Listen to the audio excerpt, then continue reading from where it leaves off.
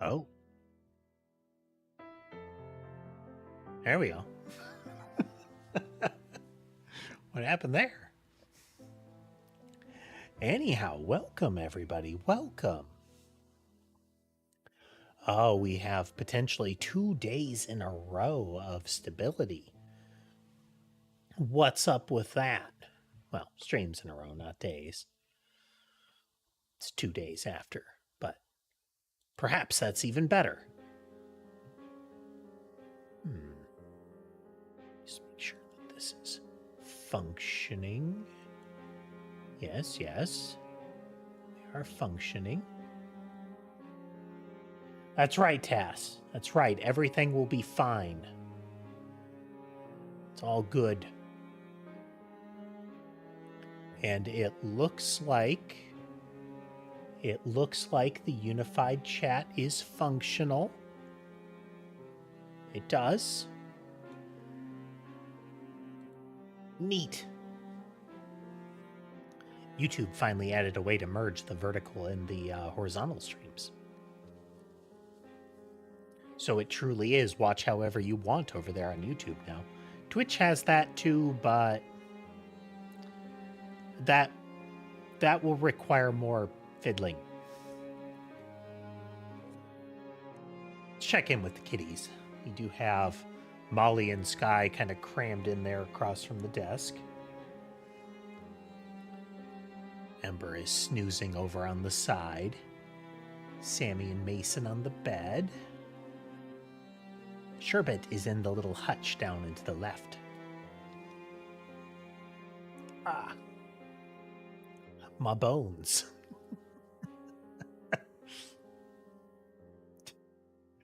Of all of the cats, so Sky is able to bully a lot of the cats. For the most part, it's, except for Ember, it's they just don't want to deal with him. Molly, cuddly little roly-poly that she is, absolutely will not put up with him. Like, ears back, ready to swing, and you can see he's not really sure how to deal with it. It's not a, they took a swing at me, but they ran off, so I'm winning. It's at best a standoff that he's not coming out of ahead. So it's always kind of amusing to watch. Because he deserves it. He can be a bit of a bully.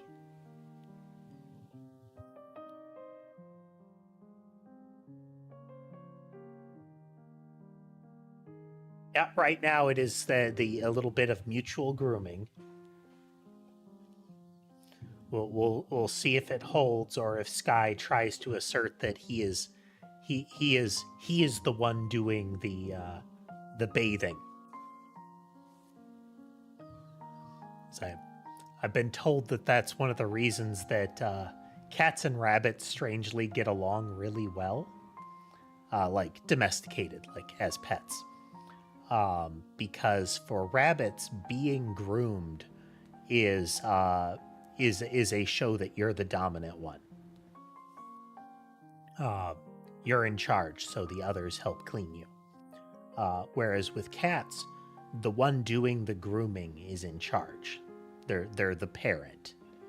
So when a pet cat and rabbit are with each other, if the cat grooms the rabbit, both of them think this is well and good. This is as it should be. I am in charge. But anyhow, we are going to be trying a new game today. Push button. We're going to be trying Desktop Explorer, the gimmick of it being that we're in an old... Oh man, it would be like Windows single-digit era, wouldn't it? You'll see it in a moment. At best, like really early Windows, really early Mac kind of vibes to it.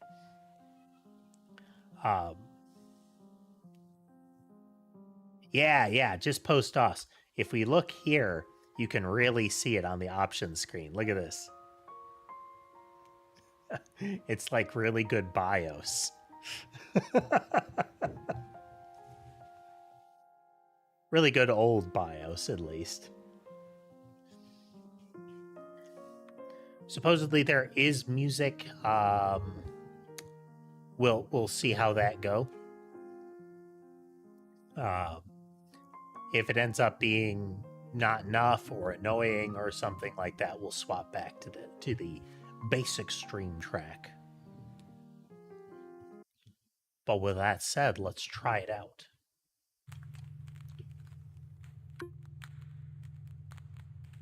Your selected language cannot be changed later in the game. Is that okay? Yeah.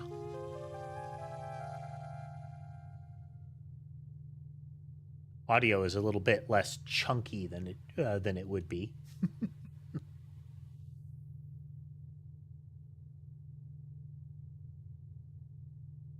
Come on, game. I have concerns.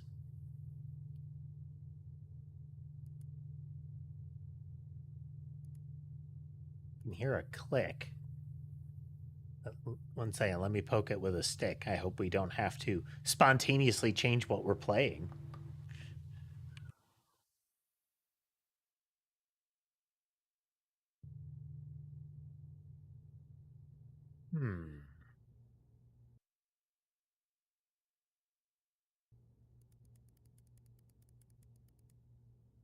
Yeah, it'd be doing clicky things. It's not reacting to keystrokes. Oh, okay. We're gonna try. We gonna try a. We're gonna try doing dedicated full screen here and see what happens. Restarting.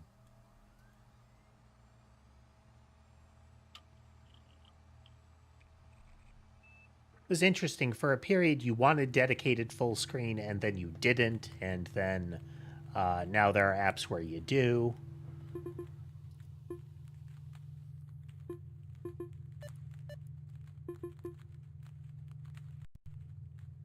Let's see if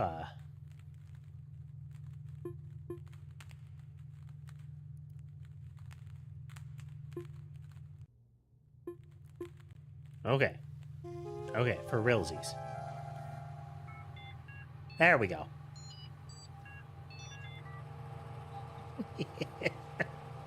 Authentic. Next OS.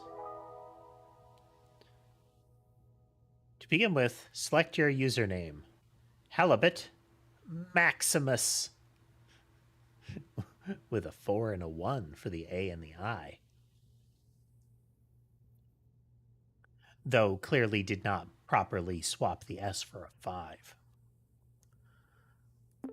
Admin. No? Okay. By implication, we will be able to determine what their passwords are. Leak.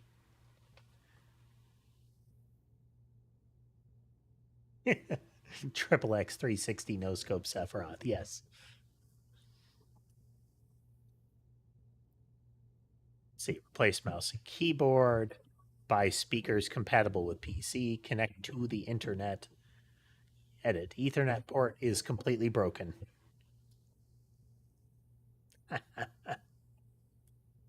Check Chronolog software. Should be in my start menu at the bottom left corner of the desktop.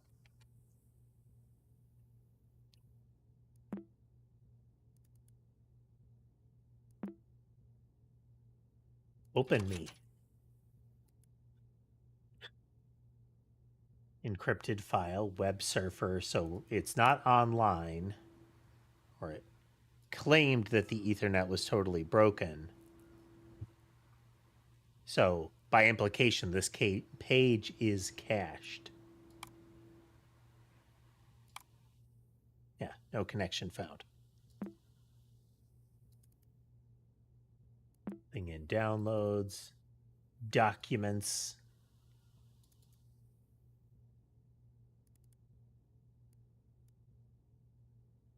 catch. He uses this on his Tinder profile.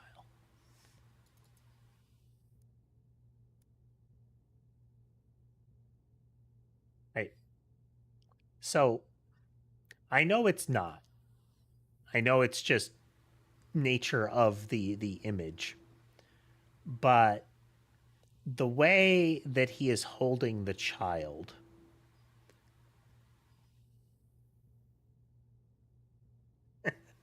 the way that he is holding the child here, um, the we're gonna give him credit as far as the way the hand is, but to me, this is either he has fielded the child as if is catching it and is bringing his hand around to secure the child, because there is no grip here, or the hand has opened in preparation for flipping the child towards the person in the boat.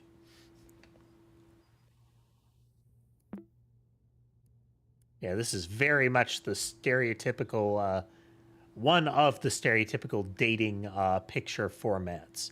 Either this or the classic holding it vertically, you know?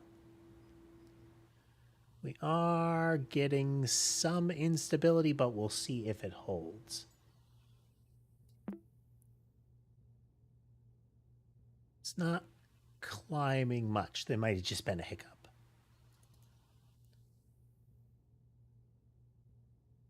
Okay. I am getting some AI art vibes. I didn't check, but so calling this out again, the distinction between elbow and leg is weird, and the formation of the hand is odd. Additionally, the left arm is either meant to be missing, or is being held very awkwardly behind. I think lending to the winding up feel of the posture. It's not all that way is the trick, you know?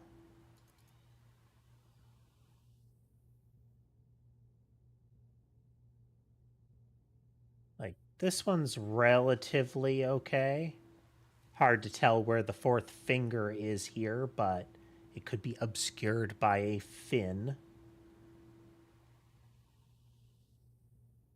But this is what gets me. The fully phantom hand. There is no other person. This is the age we live in. Nothing is allowed to be real anymore. Oh, back when the start menu wasn't totally bloated.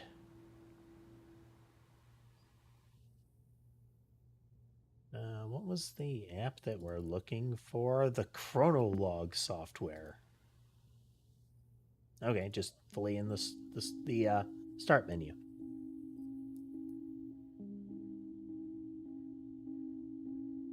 Welcome to Chronolog. Select an entry to read its contents or create a new one to get started.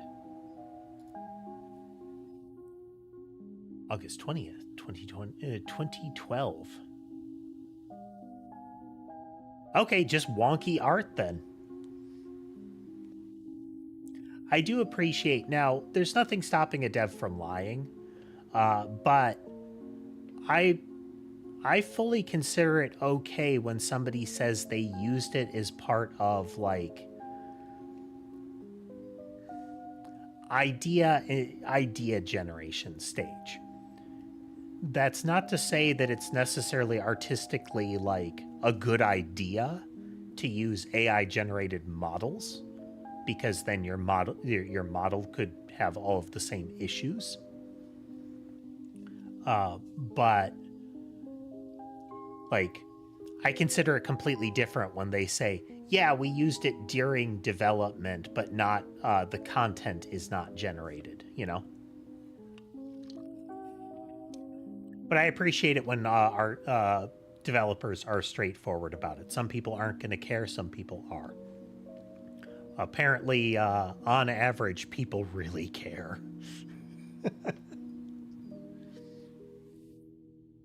The brightest lass in the seven seas. Don't know if it's air content or just that I haven't been talking as much as normal lately. But throat is a little scratchy in here and there.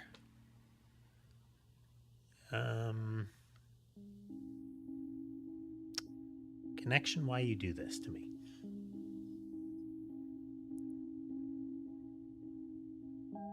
Are getting something, but where is the something? Yes, the air content is real bad.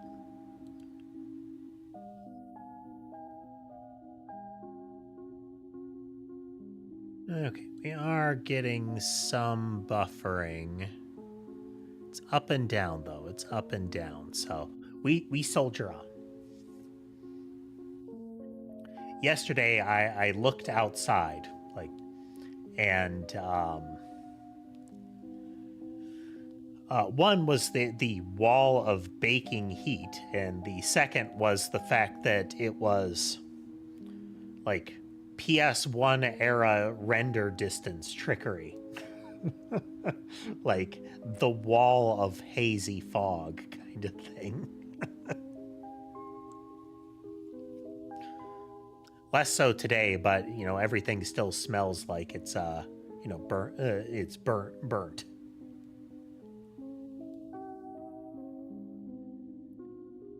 Staring at a number. Okay. Every day it becomes a bit harder for me to remember. Every once in a while, I have what my doctor calls lucid periods and recall memories I may never think of again. I leave you this information along with my computer. I mean, the crispy smell would fit with things like the movie rendition of Silent Hill where fire is more of an image. That kind of vibe. Almost immediately here, we have an indication here that the author of this journal may have been on the edge of or amidst dementia, where that is something they're struggling with. This, the doctor says I have lucid periods where I can recall things.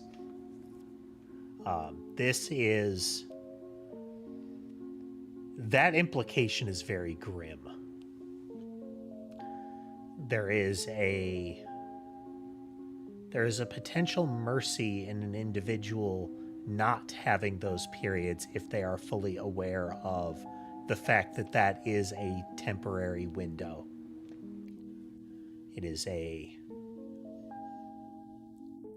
That would be a sad circumstance all around to deal with. That idea that for some period of time, it's all back, but that there are periods where it's not. And that at any moment it might return. But let us continue with happy fun game time.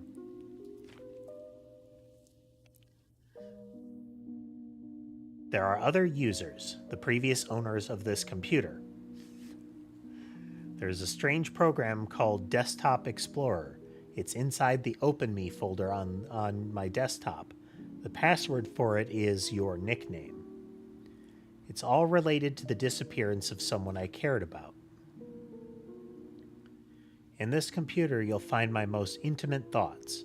I trust you with them since the only thing I admire more than your wits is your kind heart. I want to end this letter with a poem.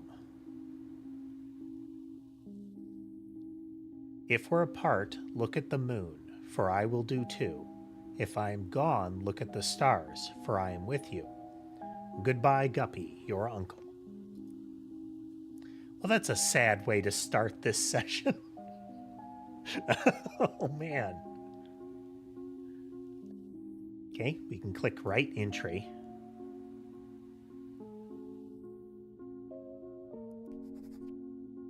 Today was the last day before my uncle left for intensive care. It was very surreal having him hug me while I was crying because I didn't even know why I was so sad in the first place. This is his old computer. I replaced the mouse, keyboard, and speakers, but I couldn't hook it up to any internet connection. It doesn't really matter, everything I need is here. I just read the letter he left me. I thought I had no more tears left in me. It left in me, but I was wrong. I feel like this is the start of a detective mission. It's time to install Desktop Explorer and see what this is about. The password for my folder, Uncle Hal was the only one to call me by that nickname. This one's for you, Captain Halibut. So, his nickname being his screen handle on the computer.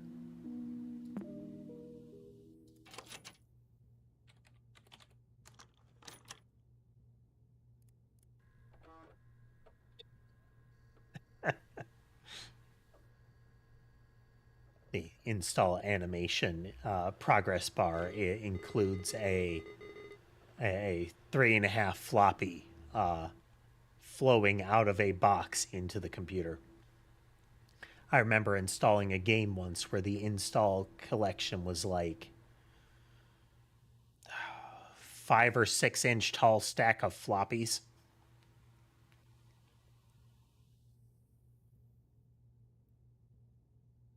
Hello, thank you for installing Desktop Explorer. Wait a second, I remember you. Do you remember me? It's your old friend, Pizarro. That's concerning. By implication, there is either remnant files, which is not out of the question, or a program that is freshly installed has some memory of you as an individual, which is not good. I don't blame you. After all, it's been a while, hasn't it? I'll go over everything as if it were your first time installing Desktop Explorer. Ahem. Desktop Explorer offers the best experience when understanding the user's needs. Let's see what we're working with. Wow, I see you're a pretty average user. Nothing wrong with that. You'll be presented with puzzles around basic computer usage. Pretty simple stuff. Puzzles will look like this. Your goal is to find the password and unlock the next puzzle folder. Let's go, you found the password. It won't always be this easy, though. Also, submenus are your friends. Most programs have submenus. These tools could come in handy, you know. Who knows what you might find?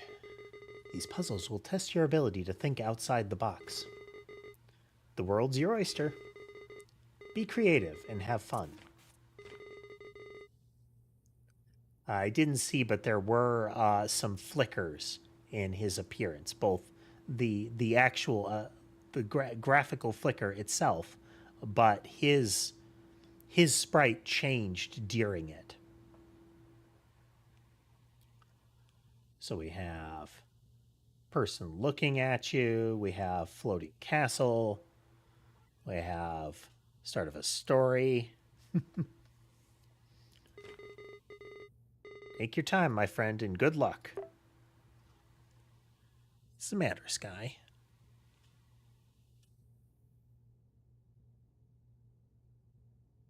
To remember to give them some more food at the first break, because otherwise he will get upset with me. Okay, read me.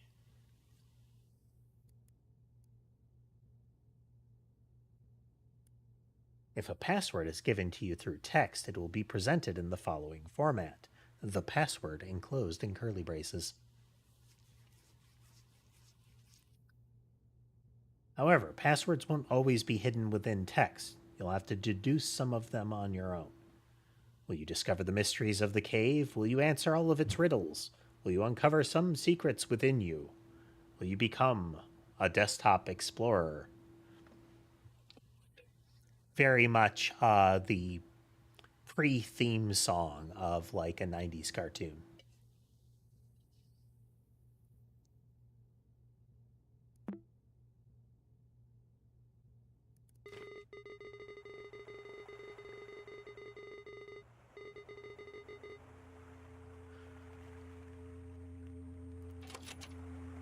Okay, puzzle 1, go in. We have a hand, we have a cave.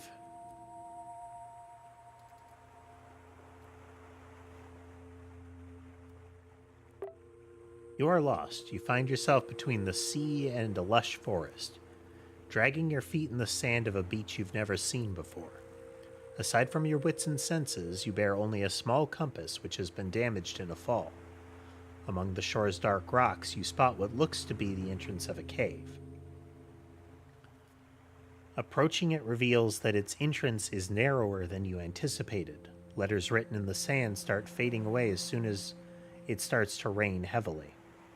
Before taking shelter, you manage to read some of it. You assume the cave's name. It's the cave's name, Fortuna.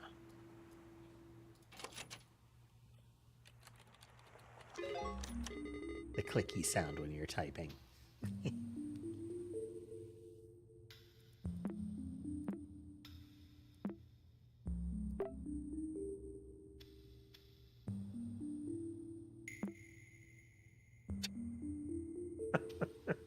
Begone, Clippy.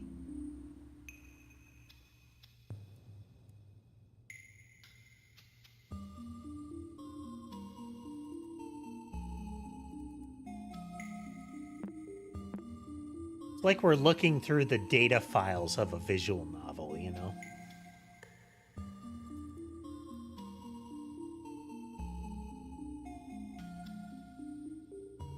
Chant my name, O child, and your voice will bear my fire. When dust surrounds me, Inanna lights my path.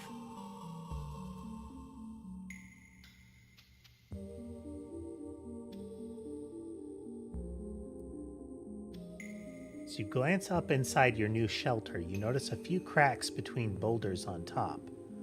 You quickly realize the lack of natural light in here. Despite not being able to see much in the cave's darkness, you stumble upon a stick next to a rolled-up scroll. As you open it, you discover it's comically long.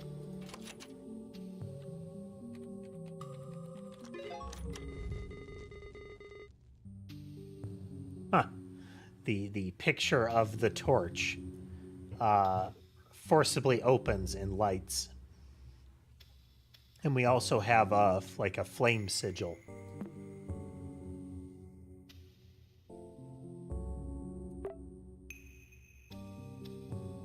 A light that's as bright as you.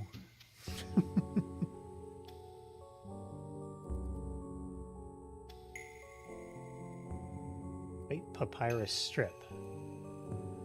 You wouldn't call it a nose. What would you call it? Nobody knows, but there lies the answer.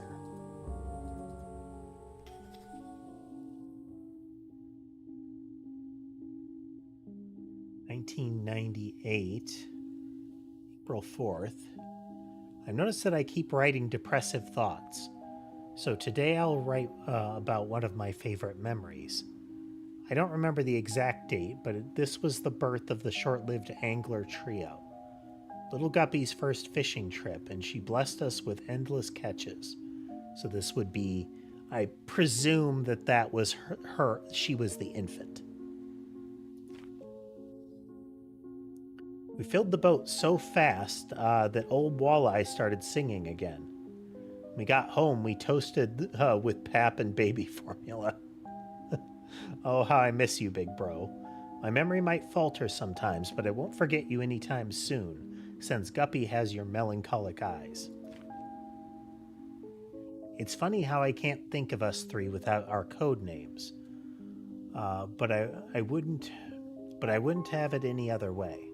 As long as our young lass breathes, the angler trio lives on.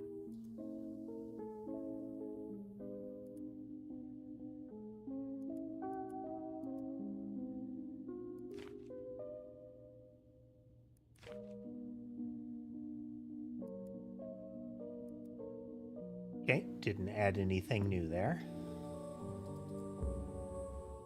After barely announcing the name you read, the tip of the stick you are holding kindled into a soft flame. You now hold a torch of suspicious origin. The newly lit path, you press on to a room with a wide strip of papyrus on the floor. You notice strokes and writing scattered on it.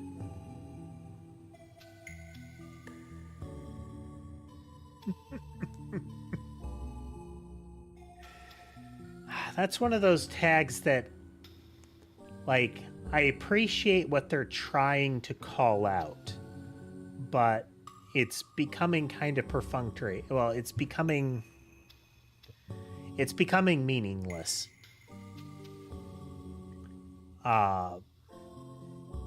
In that it either feels like that's a really prominent tag given everything else being described about your game, or yeah, there's a, you know, you put a woman on the cover kind of thing, but that's about as far as it goes as far as the protagonist being female being truly relevant to the story.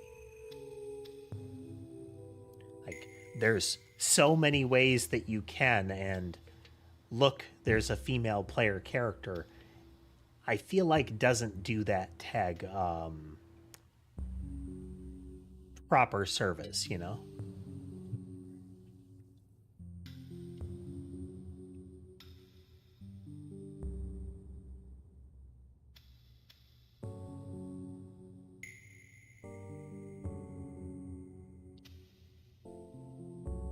I mean, at the very least, when it's that kind of scenario, I expect the character to have a voice.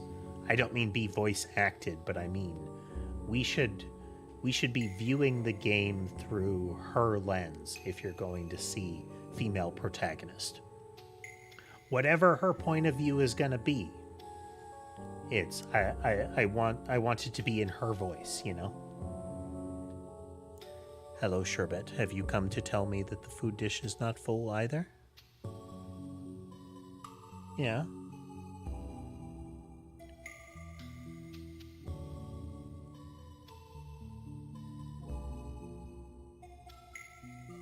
Answer quickly and answer proud. Oh, solve my riddle, say it out loud. I garden the flowers with my hose. Wouldn't you know it, I use my nose. Rest is lost within the paper's folded format. The answer lies in this ancient paper, I think. Depending on your perspective, they say you can resize the window to your mind.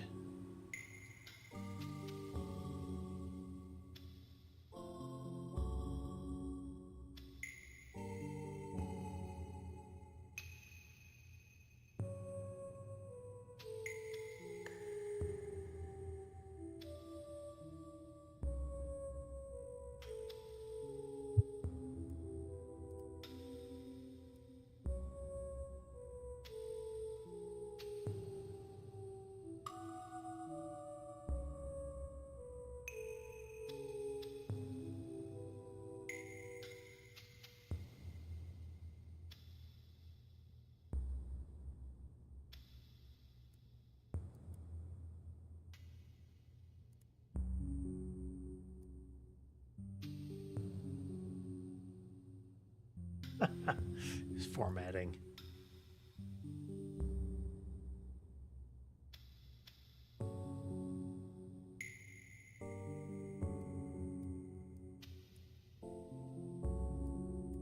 There's no wrap at all on the source code by default there.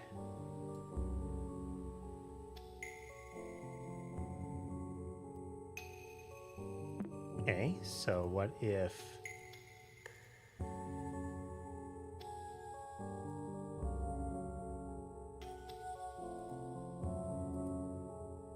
yeah.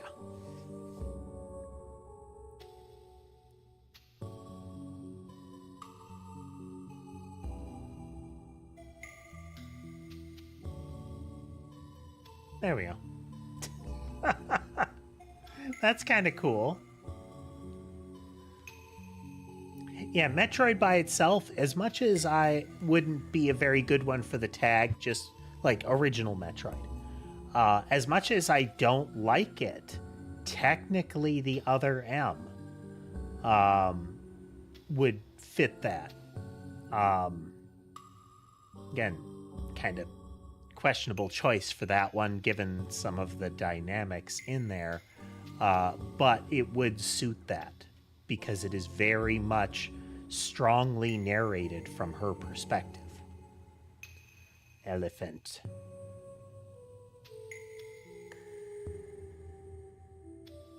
It's Elephas.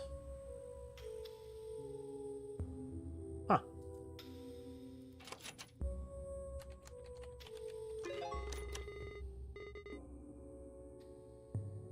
You love riddles, keep it up.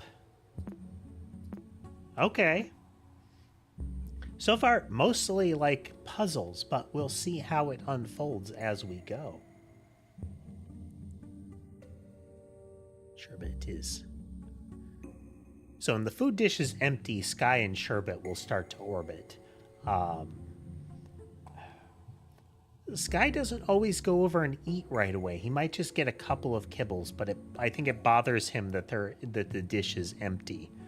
Sherbet's really food motivated, so he is always concerned if he goes over and sees that it's empty. As you solve the riddle after folding the papyrus, the elephant's trunk points to a path in the distance. Was it always there? You make your way through this passageway, which leads to an empty enclosed space within the cavern. It seems to be a dead end. Just as you start to lose hope and begin to head back, you recall words of advice from a detective show you watched as a kid. Read between the lines and find the source of truth. Only then will you crack the code. I think there are no lines on these cave walls. Detective or not, what am I supposed to do? On your left, you notice that a wall is thinner than the others. The word salve is inscribed on it.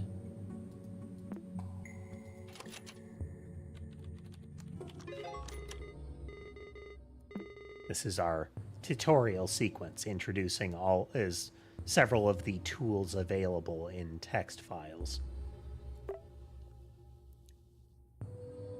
We have key.error.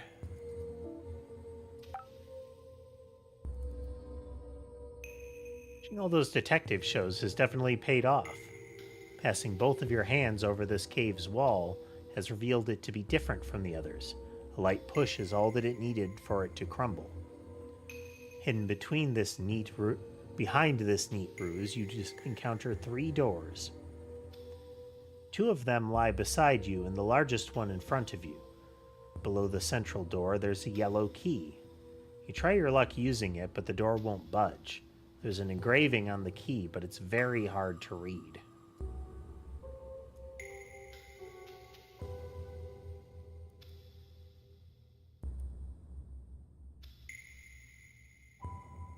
Barely make out the words, "An image is worth 1,000 words."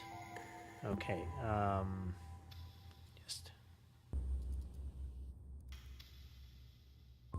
Okay, .img. Boy, it's been a while since I've seen that.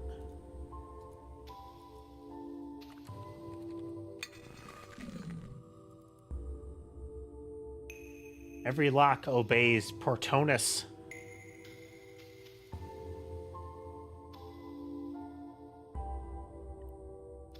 Find the left door. As you open it, you see just a wall with a rune inscription painted on it. Below the rune, you see a word in an alphabet you can read. Is this the name of the rune?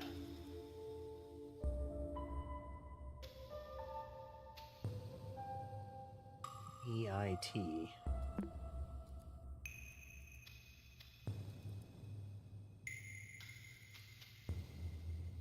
Open it, you see just a wall with a rune inscription painted on it. Below the rune, you see a word in an alphabet you can read.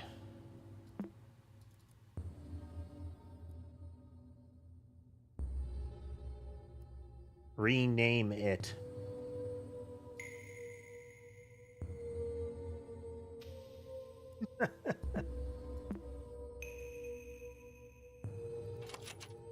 Nice. This is fun. And a great imagination you have. Har har har.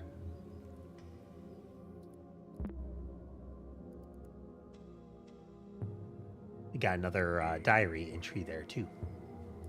You reshape the key and reveal its message. You turn the lock with it. A small chamber, like a closet, is behind the big central door.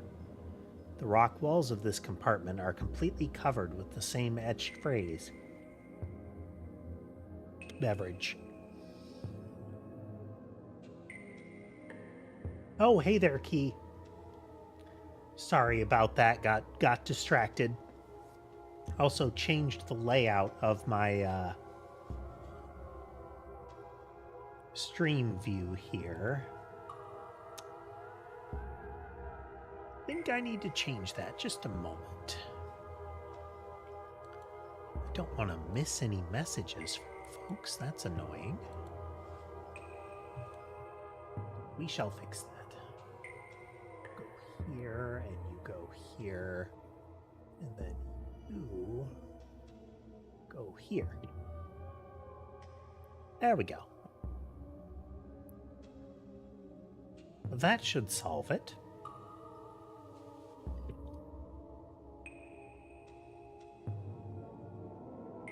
Rock walls of this compartment are completely covered with the same etched phrase, "Dare to say my name." You know from experience that speaking aloud holds some type of power. Examining the room, you're sure that the only way forward is to call their name, whatever it may be. Who wrote these words anyway?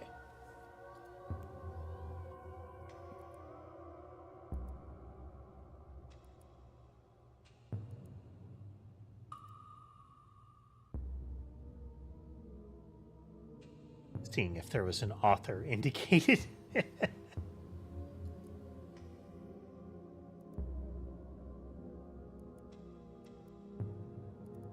Check the diary entry.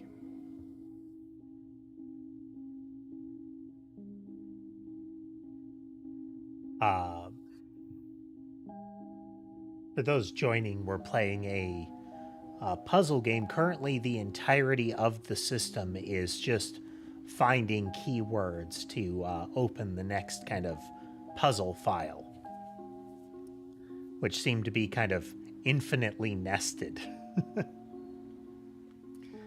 This is supposed to be the desktop computer of the uncle of our POV character who has presumably died. Though they went into, guessing like surgery or something like that recently. It's hard to tell exactly the circumstance just yet. But it's being presented as death is in some way presumed, you know?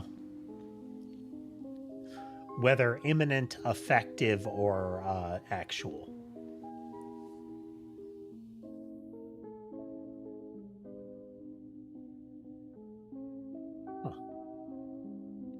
Let me look at something just a moment here.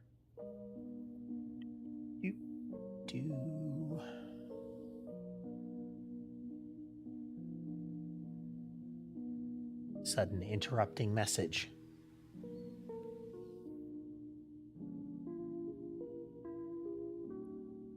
Processing.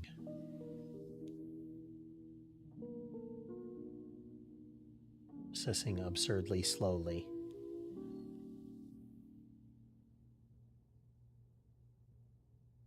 Still more.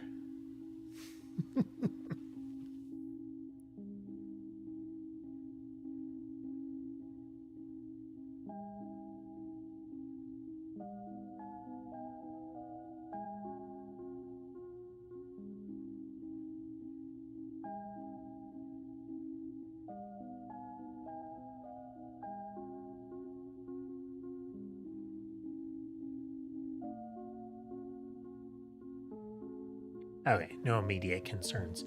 Apparently the room 4 may have had some licensed music in it.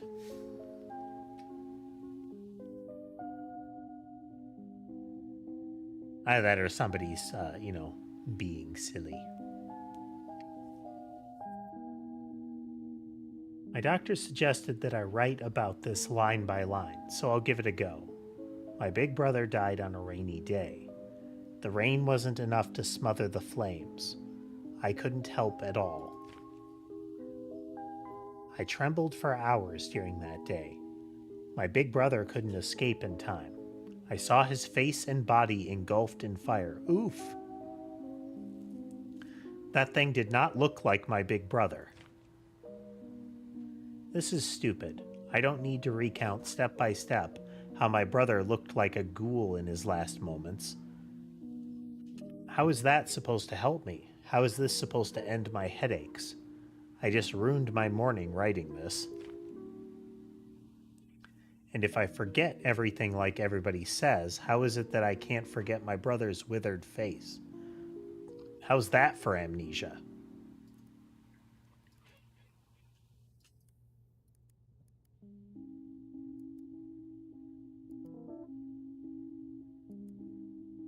Okay, so we don't always get a new entry in Guppy's journal here.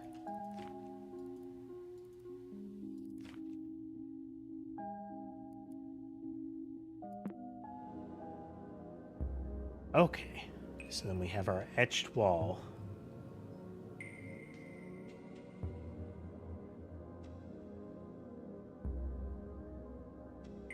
Dare to say my name repeatedly here.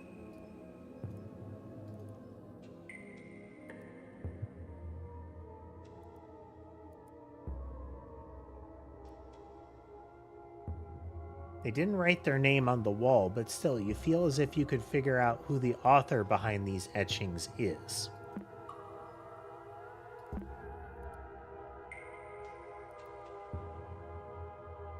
Okay, I did. It's the author on the image. MMTT. Okay. A sherbet.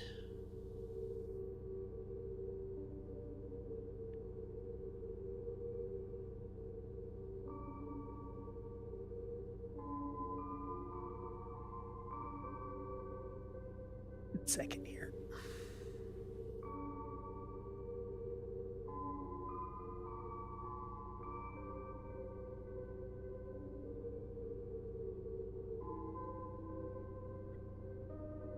Tending with a cat.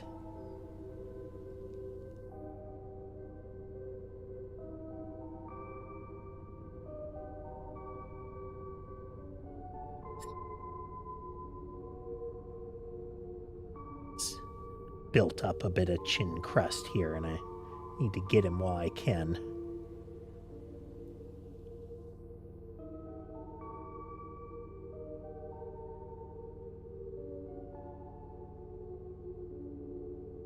Yeah, I know, buddy. It's terrible.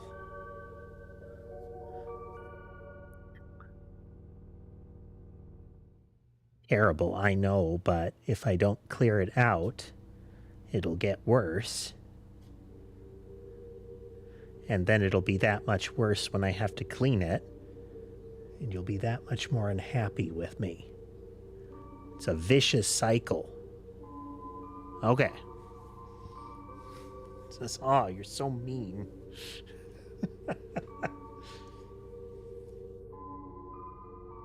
Kind of name is that, though?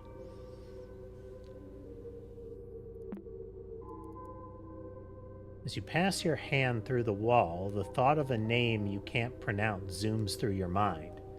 You close your eyes and shake your head briefly. As you open them again, in front of you is the darkest passage so far revealed to you. You delve inside. The torch you carry barely lights your arm, while everything else is completely lost in blackness. Shortly after, you start to doubt yourself and think of heading back. Your vision becomes completely devoid of light as the last spark from the stick expires. Rather than panicking, calm surrounds you. Somehow, you feel even more capable of revealing what's hidden in the dark. Well.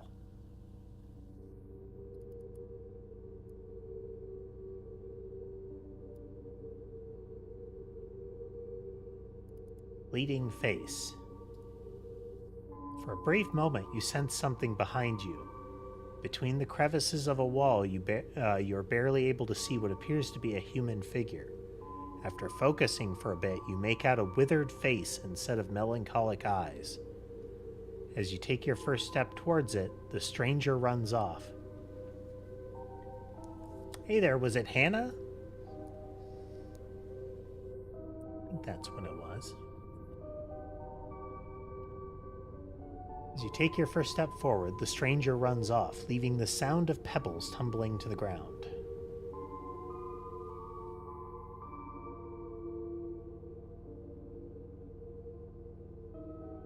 Cats are doing okay. I was just mentioning I have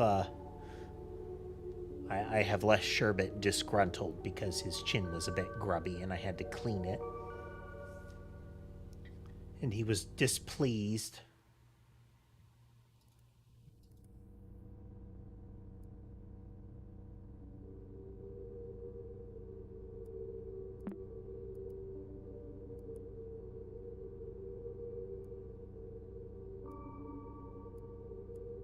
Can't zoom on that one or change it.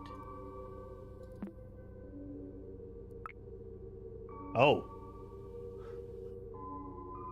That's I know you see me. When I closed the face, it changed the image.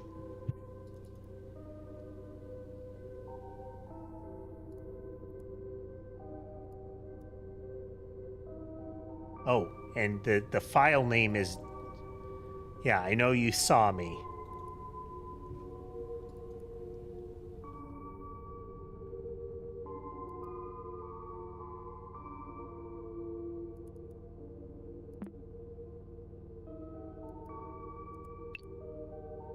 The game today is Desktop Explorer. It's kind of a investigation mystery game where we're looking through an old PC.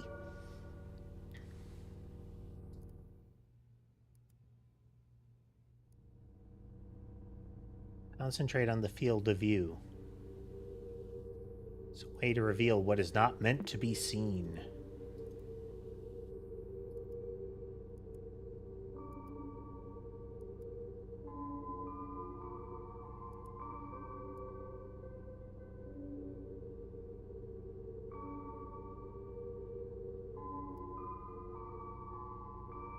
So currently what we're looking for is we're progressively finding passwords to open these nested zip files. It's as if we're kind of looking at the data files of a visual novel, nesting dolled inside of each other. We've encountered our first weird thing.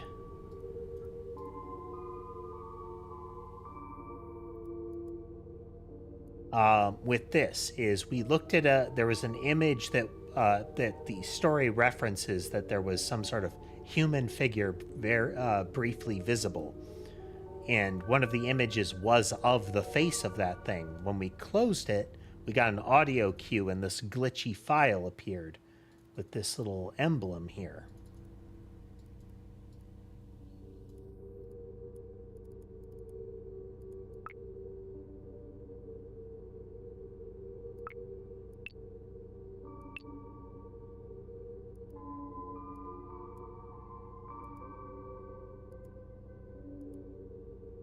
It's the I know you saw me. So what can we do with that?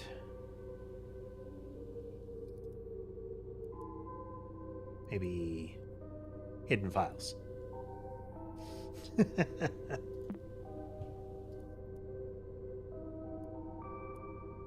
So some of the answers have been by doing things like view the source code, turn on word wrapping or not.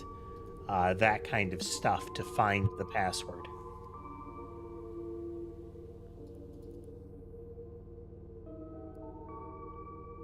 The improvement of your vision has hit its peak. The dark still hinders you, but you feel comfortable moving within it. You even start to notice details in the walls beyond arm's reach. You found a boulder next to you with an engraved warning.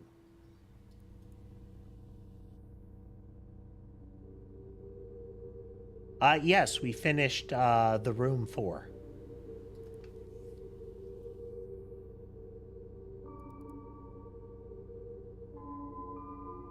Keep out. Reaching this point must have required courage, but going past is utter foolishness. Heed my words and turn back now before it's too late. Cassandra.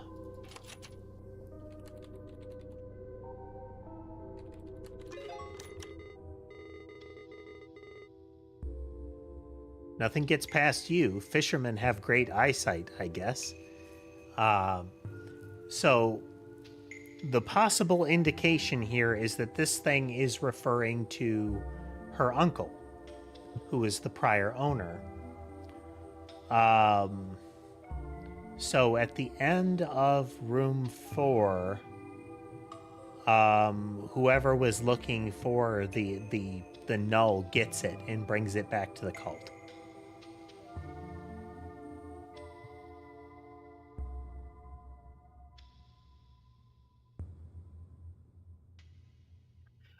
Possible Silent Night.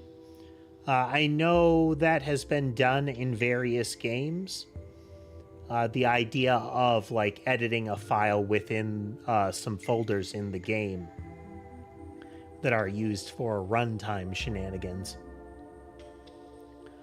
I don't know that we're going to get to see that because this, if we see something like that, it would probably be within the folders within the game here. No, the POV character, Hannah. So, you know, the husband dies. We have confirmation that the husband dies and that the wife is still out there somewhere. But our POV character was a member of the cult. But Pizarro here seems to have some sort of like running memory of, I'm guessing the uncle, though fishermen have great eyesight, since the uncle refers to Guppy, our POV character, as one of the trio. Again, this could be the program remembers you, but you don't remember it kind of thing. Stalagmite Sanctum. You ignore Cassandra's warning and press on, only to find a contrasting scene, a calm and lighted room surrounded by stalagmites. You can clearly see the way forward, but your intuition tells you that these stalagmites are worthy of attention. The short break soothes your anxiety. You continue on.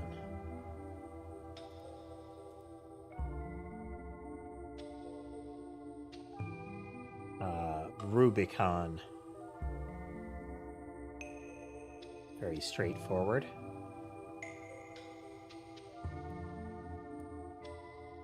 We're gonna keep this one around for now.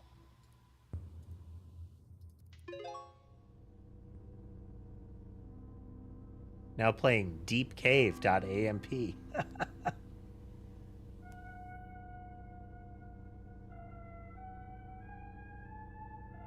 Apparently they don't do that. After the one time that happened, Silent Night, I have taken steps to prevent it from being able to access that kind of information.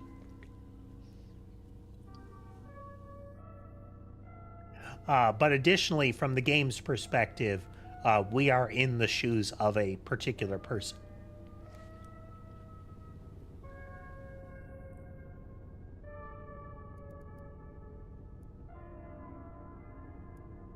Continuing the trail past the stalagmite scene, you reach an uneventful dead end. Based on your experience during this exploration, you are convinced there is something more than meets the eye. You spend the following hour inspecting every crevice of the walls that surround you. Now you can be absolutely certain there is no path forward. While scratching your head, pondering on what to do next, you hear a loud thunk far off behind in the cave. Now, when I opened this folder, there was a sound. Okay, we have another sigil here. We're gonna get these flat stones back.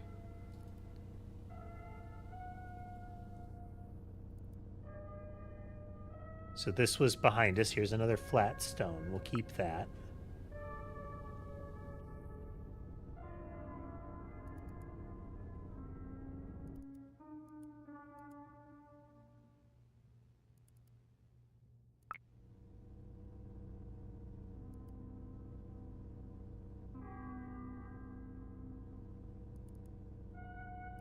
Wall.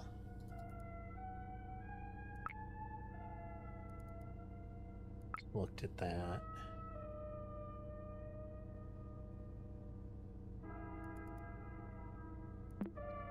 Warning. Very discordant music.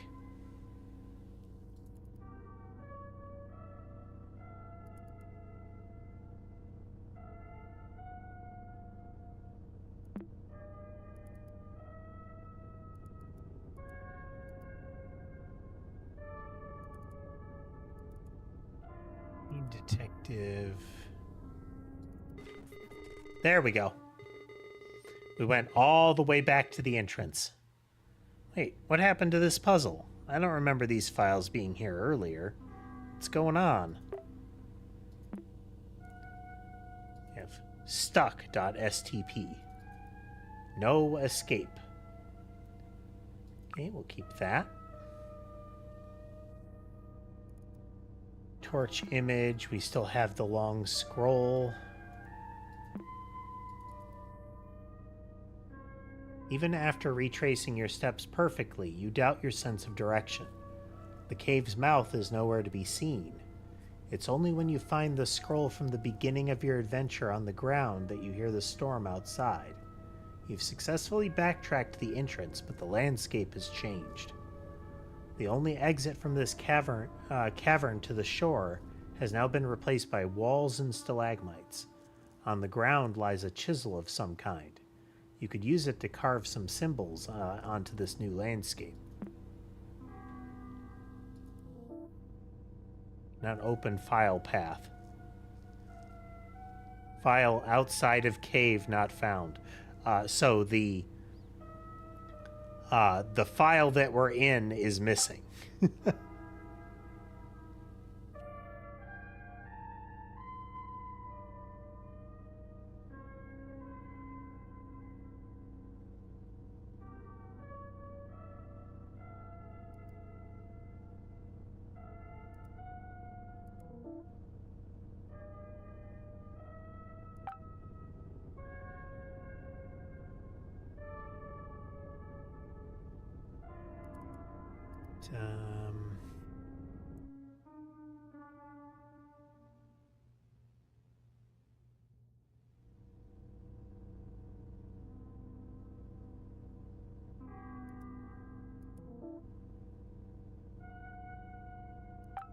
Run out of memory. We need to close a window.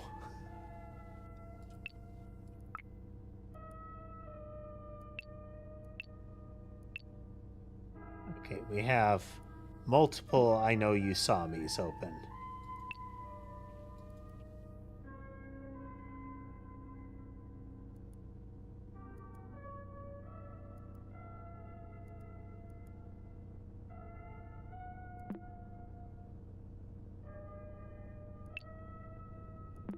You can have multiple instances of the same file open.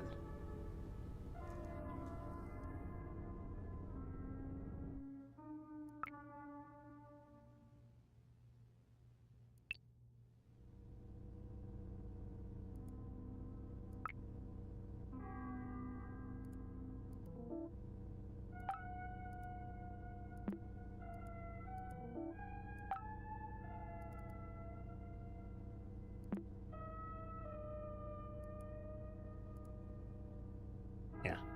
Puzzle 9, altar.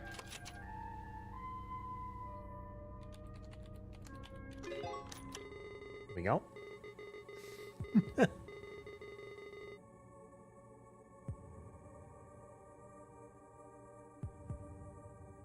Okay, real quickly, gonna get up, move around, and also put some food in the cat dishes before I am swarmed.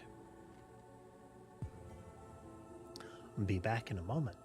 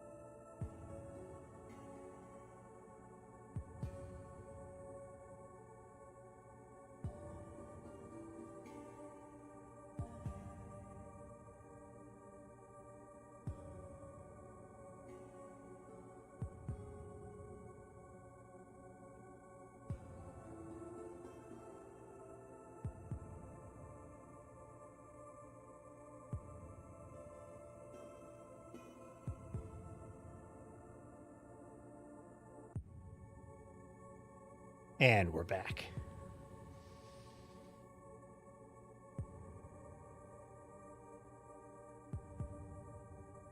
Here.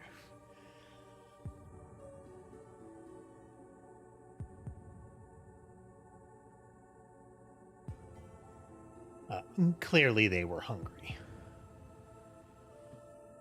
Should shift the dishes a little bit, but I want to make sure they have plenty of room to get to the water. Thing I like most about that fountain is that if they it only turns on when they get near it, so it's not constantly running. Hey there, Scribbles, Barrel. Welcome, welcome. Ooh. We are playing a puzzle game today. Just put extra kibble out, and they're all very enthusiastic. No worry, Scribbles. I mentioned this in a comment on one of the streams. When you feel like watching, you watch. You know, when you feel like it, you got time, you wanna. That's when you're watching. If none of those are true, that's fine. This is meant to be entertainment, you know?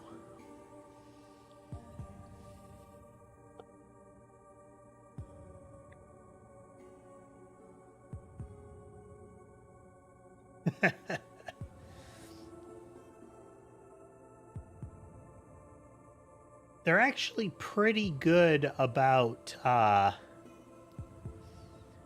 not fighting over food. It is why I have multiple dishes, though, because there's a lot of them. And it can just be a space consideration. But because there's a lot of them, it's also why I put the food out a little bit at a time. Oh. Oh, hey, screensaver.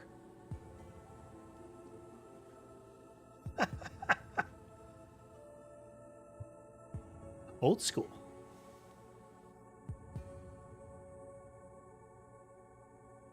Oh, man. We got... now, I don't know if this is intentional as part of the generation. But this is the way that one of the standard labyrinth defeats works.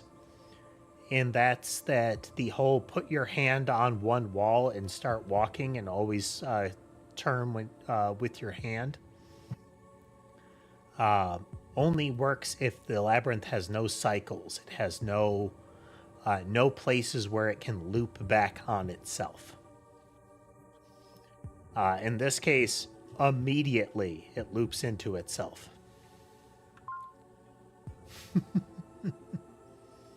Wonder if we'll need to trigger that and see something or be able to interact with it later. Let's see. Good job. You cleared puzzle 8. Things are getting a bit weird, though. Why don't you stop for today? No. Okay, we have another flat stone.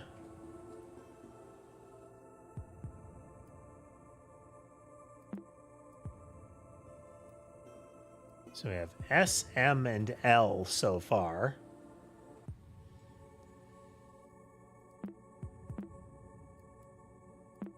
Whoops. We have a mural.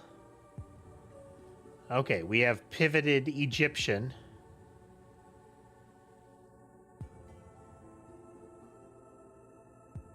Okay. So we have the person fishing.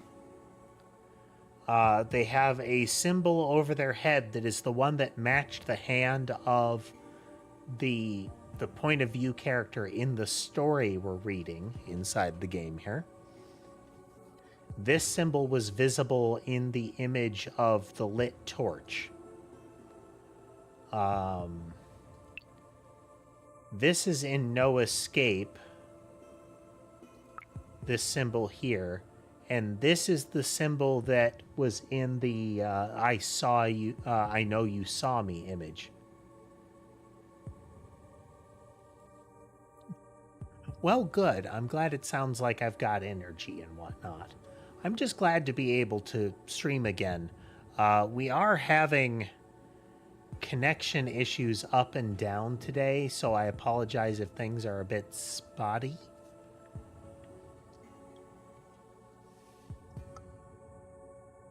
It looked much better at the start of the stream. But here we are. Hey, Sammy.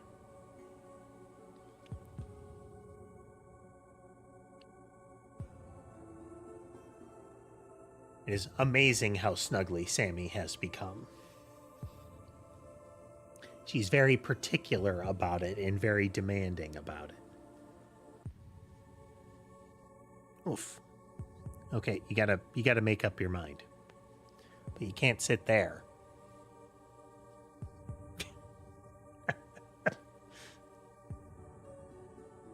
She's attempting to just full-on loaf on my shoulder here. That's why my head is to the side.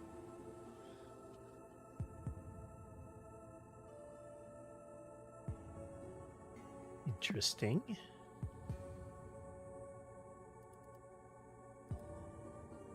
So the carving that we're doing was to write the symbols from the prior stalactites onto the ones in the area we had reached.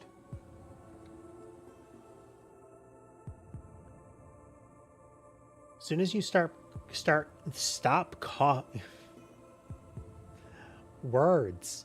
As soon as you stop carving, the wall before you starts to move. As if a small earthquake takes over the cave, the landscape revealed in front of you is now a long hall-like chamber. It resembles an auditorium or altar. Those are two really different things. You could have an altar in an auditorium. Now I wonder, is there a particular object in an auditorium that makes it an auditorium, and that the rest of the stuff is just common trappings of an auditorium?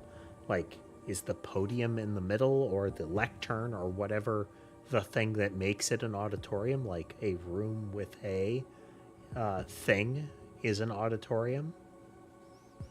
So would that be the comparison to altar, or is this just, basic fantasy writing where we're using, science fiction words?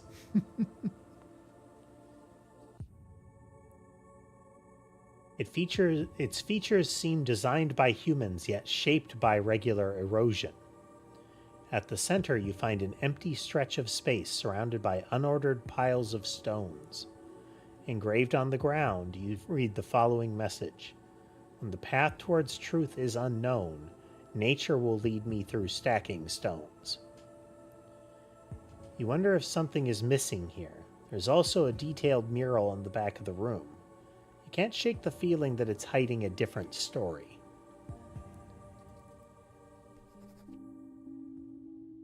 Today I remembered something delightful, so I'll write about it and make it harder to forget. With the smell of cake in the oven, my nostrils tickled and I couldn't shake the image of her, smiling at me. I think of her not only as the model of the perfect mother, but also as the ideal wife. I know I've dreamed of having a family for as long as I can remember, but I can't help feeling nauseous knowing I basically took over another man's household. It's not my fault that a woman with a child needs the presence of a father. I only wish to help. Okay, so this is in reference to his brother dying. His brother did not escape a fire in a prior entry. So it looks like it's saying that he stepped in to help the family.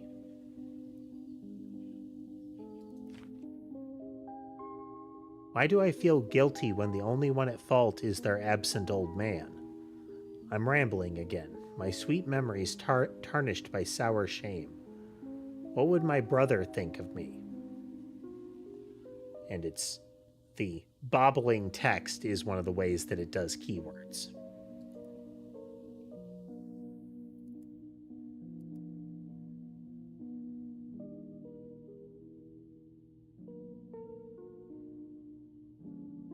brother. What was the name that he gave the brother?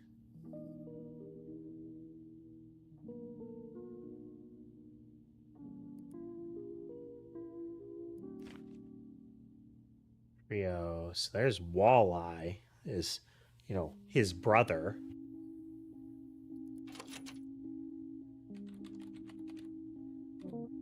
Okay. It's worth a try. I closed that. Now playing at River's End.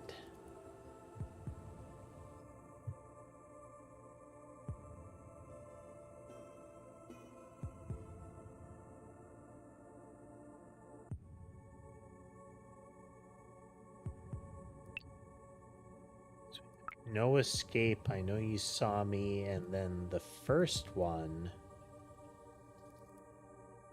is in the torch here.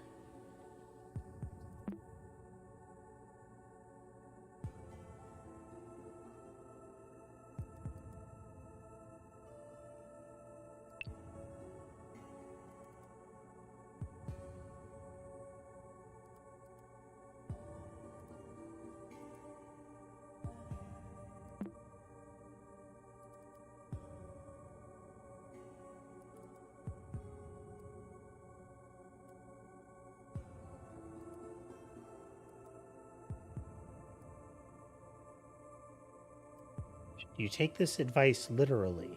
You've been finding strange flat stones around the cave.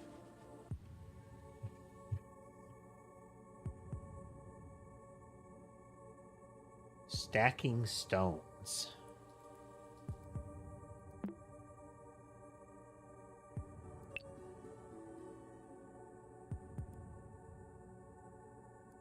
Oh, several of them closed.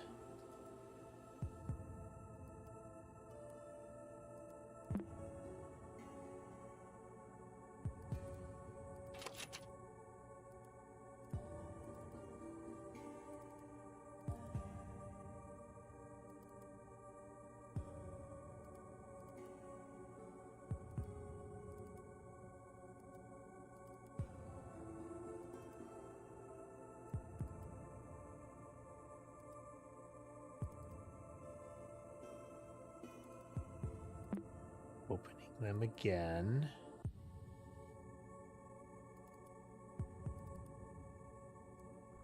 Oh, yep.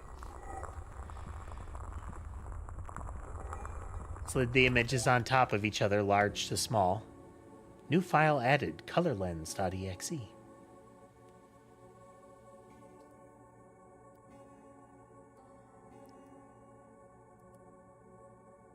And we have auto-popped open the next file.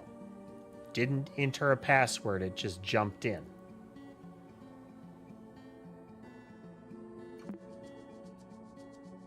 Or at least it altered. Balancing the stones cracks something inside them.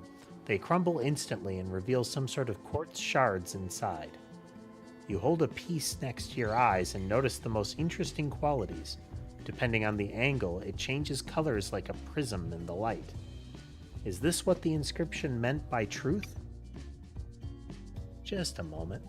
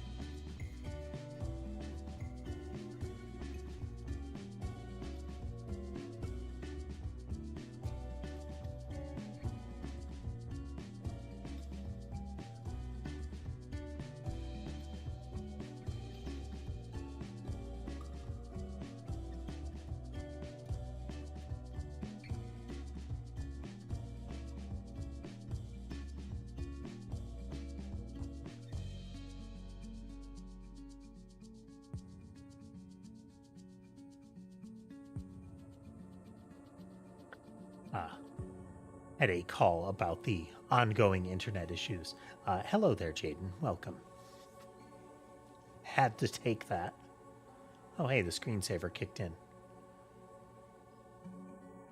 Okay, it looks like by default that screensaver starts in a full loop, like a full 4 immediate left turns scenario. Playing a puzzle game today.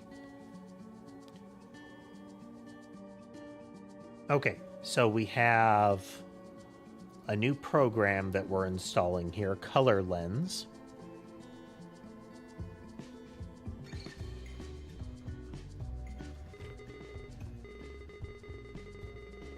Color me impressed. Color Lens has been added to the installed programs. You can access it through the Start menu.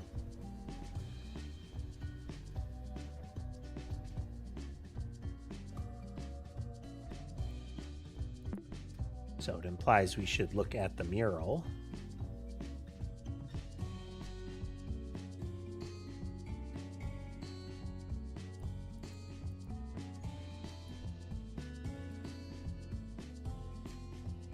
Oh, okay.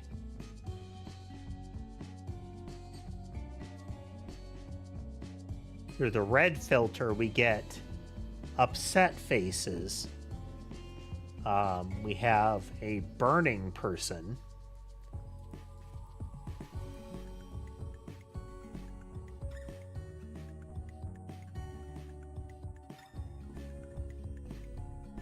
So they're all scribbled out, and there's a vase there. I presume that's ashes. And then through yellow, this one, we get... people will say biblically accurate angel. This is, I believe, a description of the wheel on the throne of God in Revelations, which is not an angel.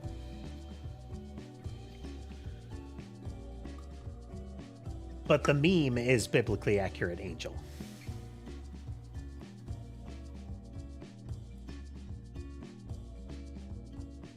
Okay, so with red, we have fire, and everybody's like mad or screaming. With blue, it seems like we have ashes. And then with yellow, we have the kind of the wheel thing, but with Eyes of Horus, I believe, on the boat and this. Same here on the hands. I can't remember. Is it Horus, the one that's the...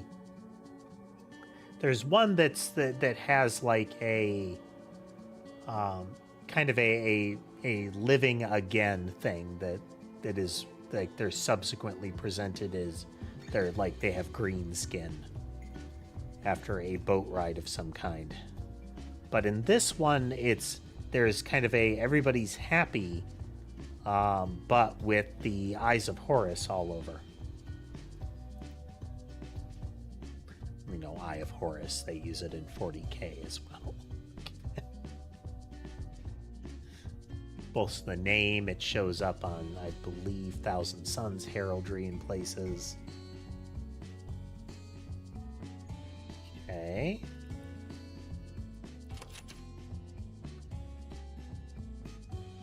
What animal is bathing in tears of grief? That would be through the blue lens.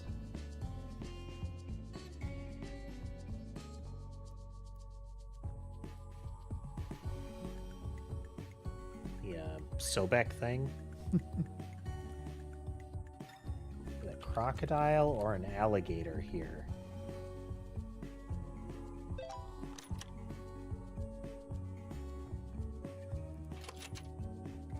How many eyes are witnessing the bliss of acceptance? Okay. Now it's witnessing. It could be 3. So it's either 3 or...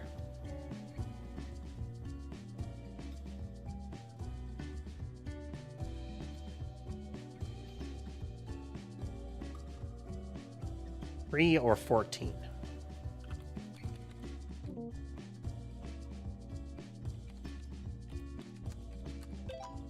Yeah, there are 14 eyes present.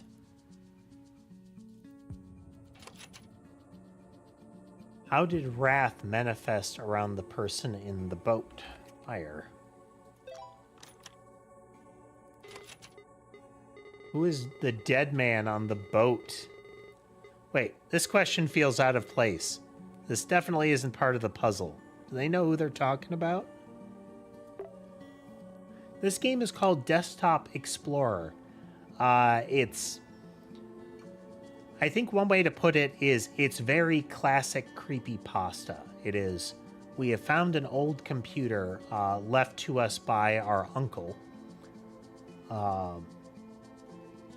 And it seems like the story of the uncle is tangled up in like old programs and journals on the computer. We're unraveling that.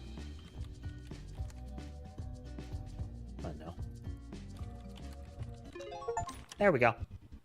Walleye, the brother, is the one in the boat. And this is the... So, are you sure you should even be here? You shouldn't be here.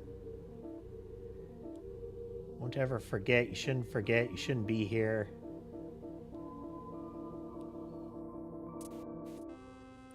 I think something went wrong. A fatal exception 0M has occurred at timestamp in Polybus 03, restoring data up until unexpected error. The current session will be terminated. Restarting the system will return to the login screen. Hey, buddy.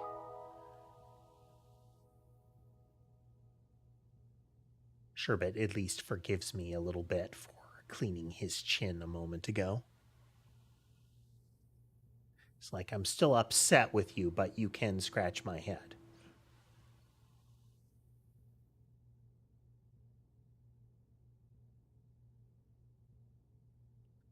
Cover password. Favorite dinosaur. No idea.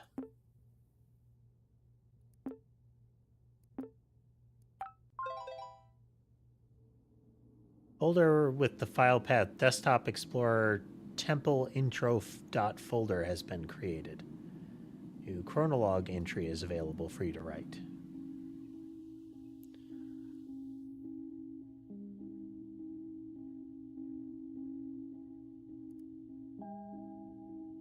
Okay, what was all of that? Okay, yeah. She is the daughter of the brother of the uncle. I mean, which makes sense given, you know, uncle, but still.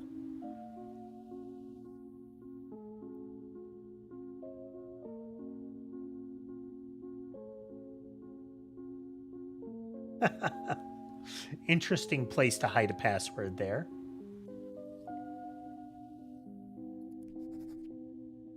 Father's death. My father's death. Did the game reference it? I mean, it clearly asked me if I knew who was burning up before the computer crashed. Who would want my uncle to play a game that made him remember such a thing? It feels pretty cruel. So in one of the uncle's journal entries, it mentions that he saw the face of his, like he saw his brother burning to death. Like his brother did not escape and he could see him. And he referred to it as seeing him looking like a ghoul instead of a person. And we see a human-like shape that appeared in part of the little puzzle game there. And as soon as we tried to close that file, we got some of the weird glitchy stuff showing up. And that face appeared again just before the crash. So we have, again, a very classic creepypasta scenario of the haunted old electronics. Often it's something like a Game Boy cartridge or some other like console cartridge or disc or something like that. If you ever see the old gory games and whatnot, gory spins on things like Mario and whatnot, almost universally it'll be like Mario.exe or something like that. Like that, repeating filler phrases. Which is kind of a, I don't know, maybe a trope of some kind, like a lingering convention, kind of like if you make a Souls-like game, you're compelled to call it something Souls, or to have Souls in the name. Just like for a while, every game that was like Vampire Survivors was something Survivors. It's what, I mean, to some extent, that's why the project name of my game is Nyanite Survivors. It is a almost a convention. It's also why I'm not going to call it Survivors. Never got to talk to my dad, but we had plenty of pictures of him in our house. It's pretty messed up, but I think his face is pretty similar to the one in this game. Most importantly, did Desktop Explorer crash the computer right after changing the background and filling it with alerts? I think I need to tread carefully from now on. If any of the computer files get deleted or corrupted because of this program, I could lose whatever I have left from my uncle. I hope he didn't see what I saw, the faces when the computer crashed. I don't think he would have been able to withstand that. I can't write on Chronolog whenever I want, only when I'm prompted to do so. Was Chronolog like this for my uncle, too? Anyway, here it is. I wrote in my journal, "Happy computer?" So the track that is playing changes as we progress here. Check our task list here. Anything change? Nope.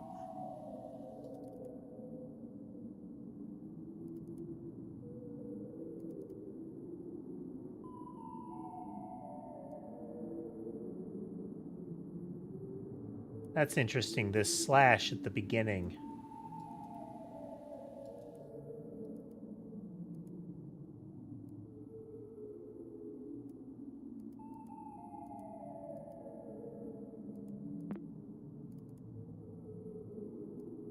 Records. Okay. Caught fish. Made my bed, ate my breakfast, brushed my teeth. There, part of it is that it seems like the uncle was going through either some sort of just general memory loss or drifting into dementia of some kind.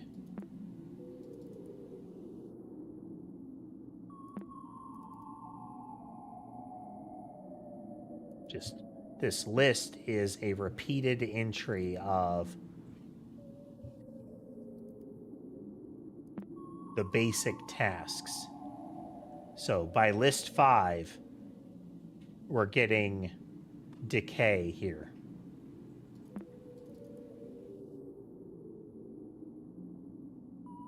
I bought a notebook, used notebook.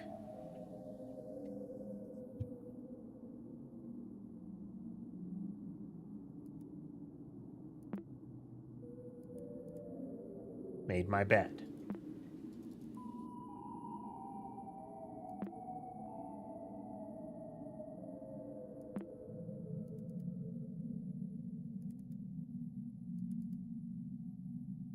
Again, of an adoption form. It's the way that they talked about it, it's implied that he adopted her, that probably a like formalization of it after his brother's death.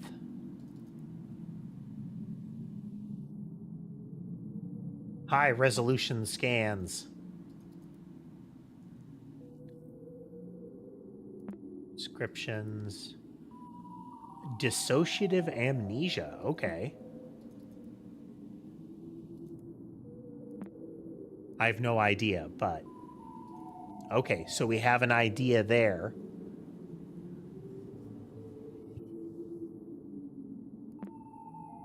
Desktop Explorer.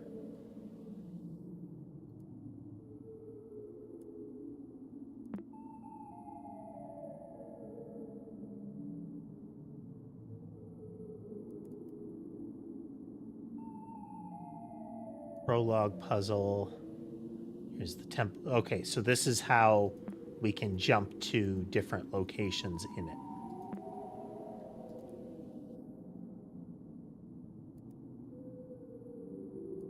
Sketchy.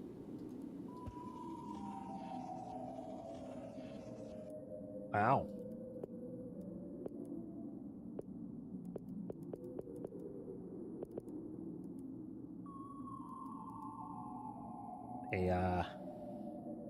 Every masterpiece starts with a simple sketch.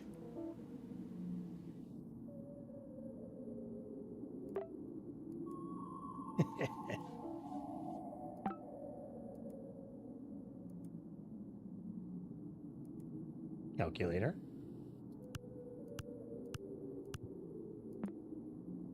They put some effort in, at least. Let's get color lens out here.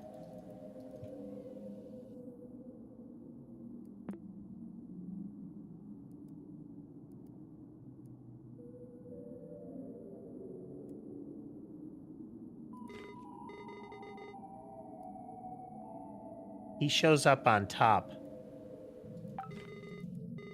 Talk to me. Pizarro was the name of a famous explorer. Yeah, he is topmost window. We can't put color lens over him.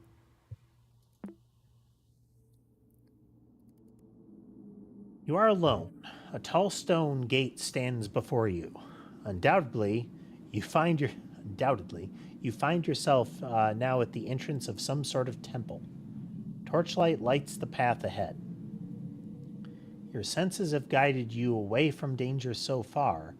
However, from this point forward, you'll need more than your intuition to continue. The Cave Fortuna is unrecognizable, even in name. The door reads a new title for this place: Shy.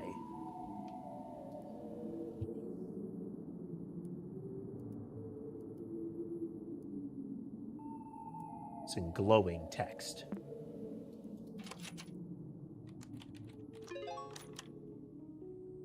Desktop changed.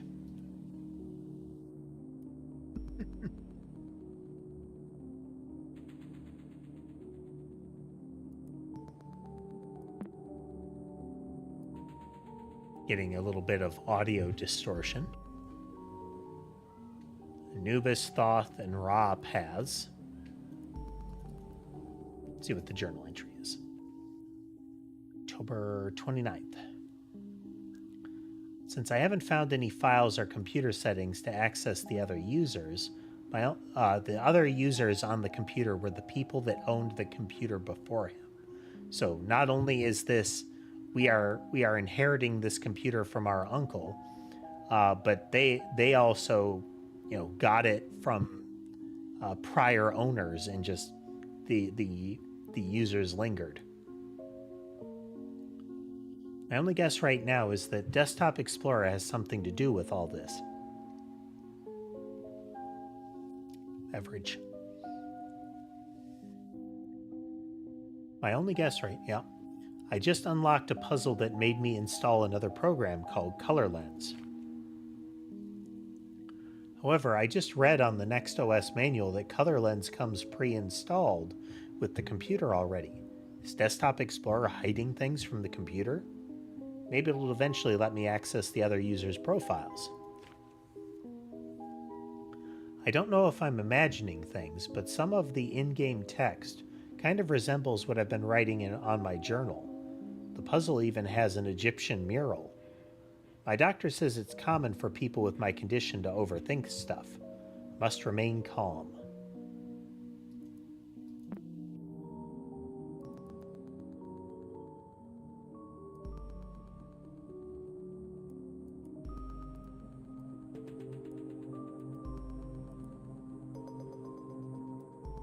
All three are locked.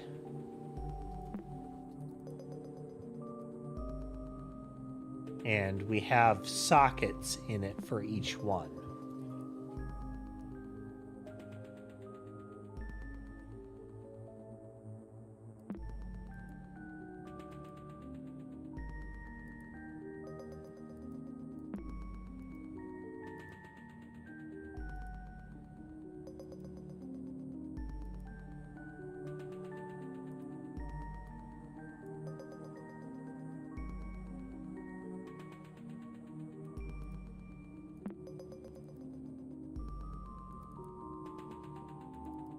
So this is our POV character. This is presumably the brother who dies in the fire. And this is the uncle here. Yes, I mean, it could be that this is the uncle.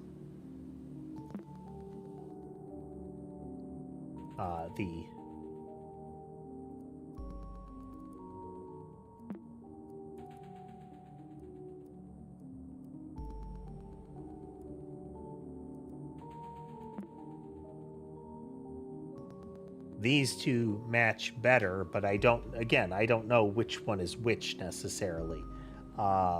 In the mural, the character that is the brother is presented with fish, with having caught fish.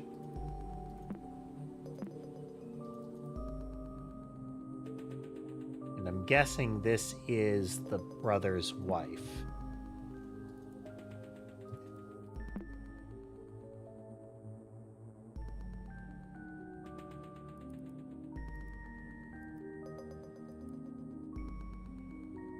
Source code, nothing there.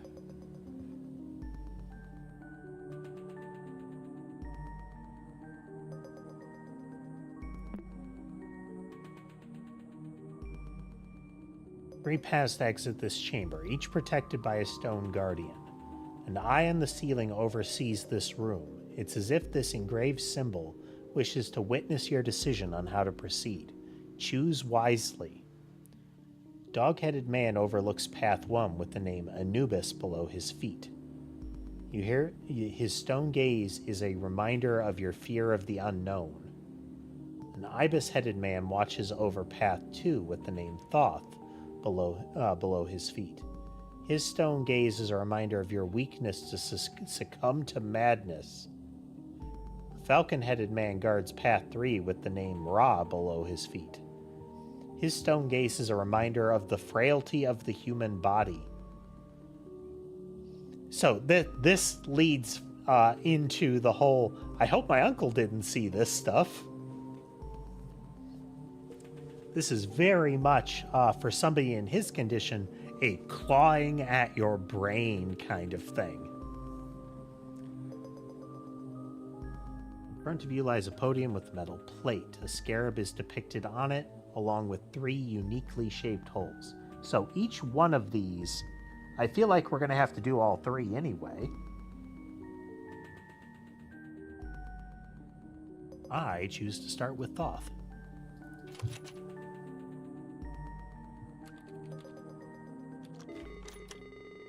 The Eye of Horus has recorded your path decision.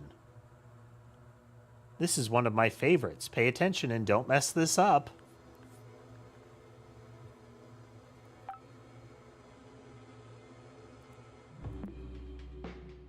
The audio shifted quite drastically.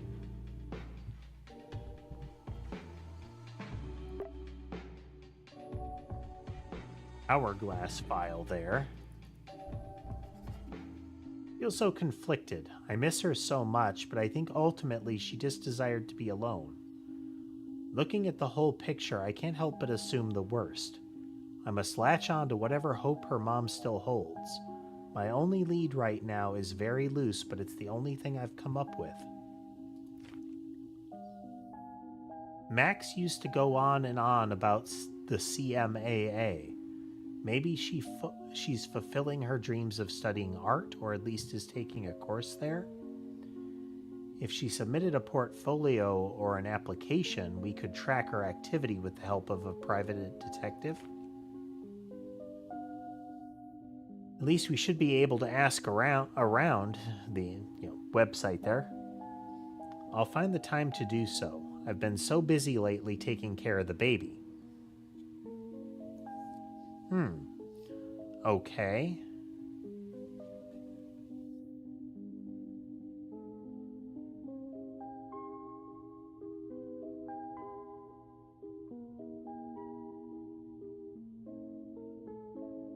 So would this be a new child with the implication that, like, are we Max? Was this somebody else entirely? You go through a cloud of smoke to pass this threshold. Engulfed by the sense of incense, your senses are heavily clouded, and you feel dizzy. And is your memory failing you? How long have you been here? Did you just arrive? Were you just about to leave? The room you find yourself in is as puzzling as your thoughts. Countless mirrors cover the walls of the labyrinth. In front of you, walking through it without aid is impossible. Luckily, there are map pieces in one of your pockets. Were they always there? Did you always have pockets? Clouded mirror is in your sight. It has a familiar sigil engraved on it. You've learned to reveal the secrets of the water sigil before. It would be our...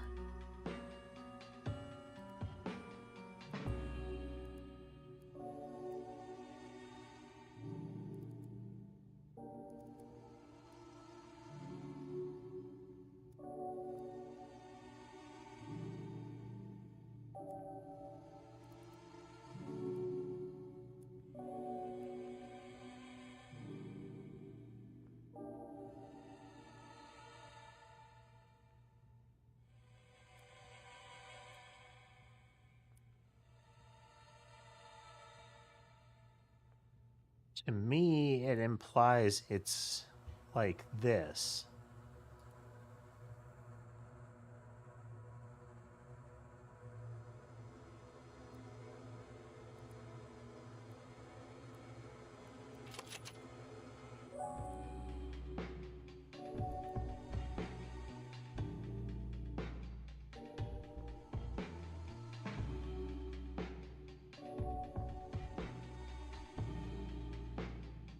It's our Hall of Mirrors. What else we got?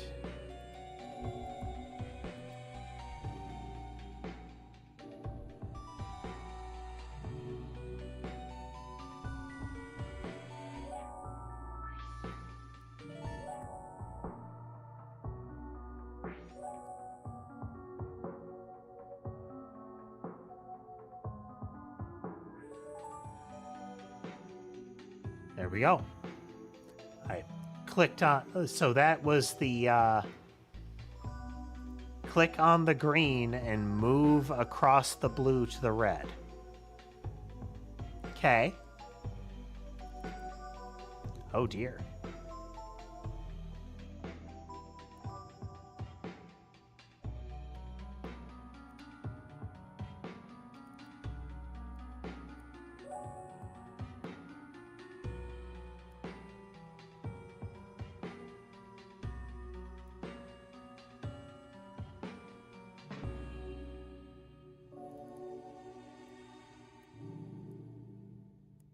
Here is the same puzzle again.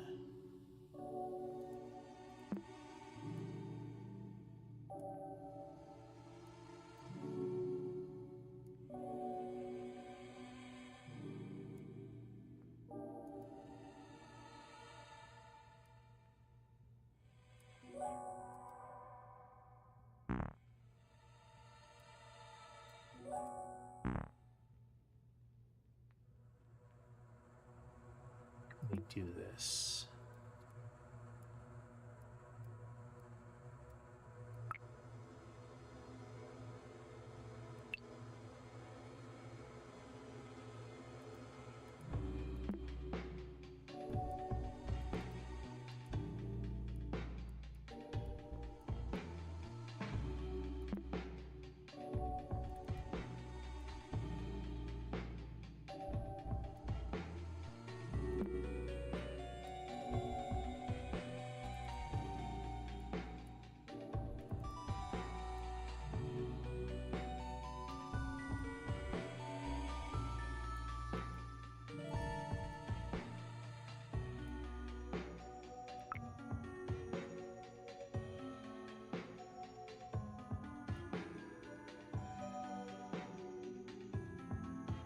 Feels like I should be able to, like, stretch this down, but...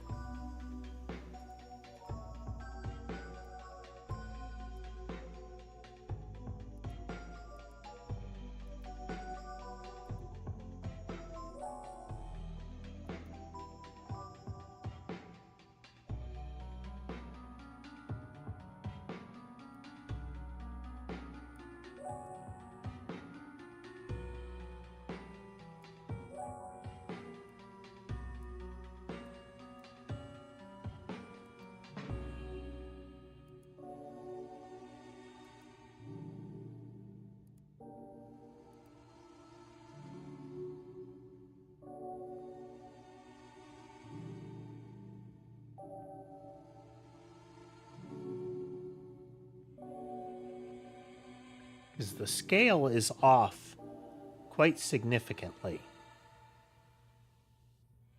Like with the last one, it lined up pretty well.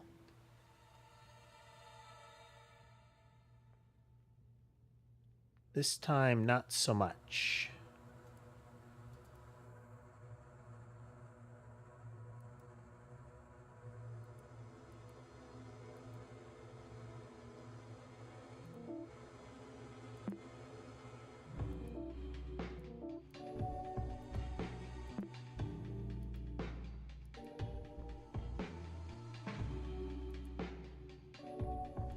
Explorer, temple.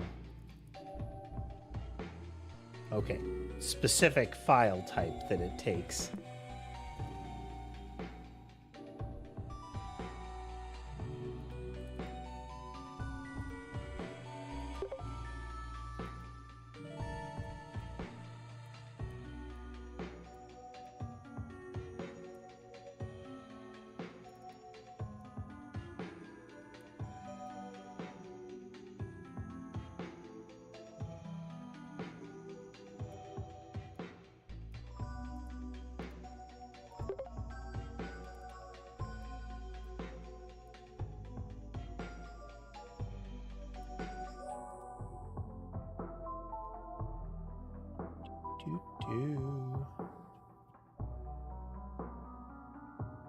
Okay, the shenanigans are getting better.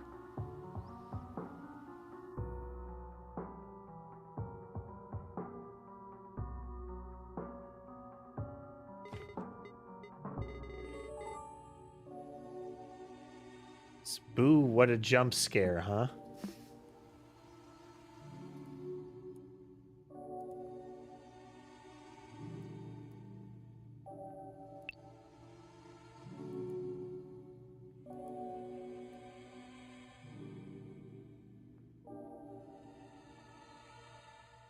Looks like...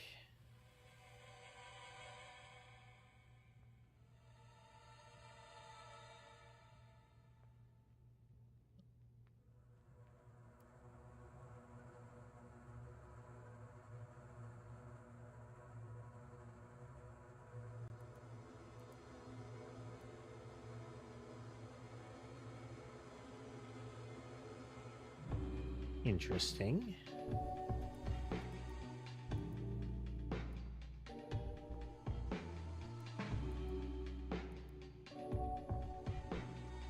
Person with a hat with something with the eyes going on.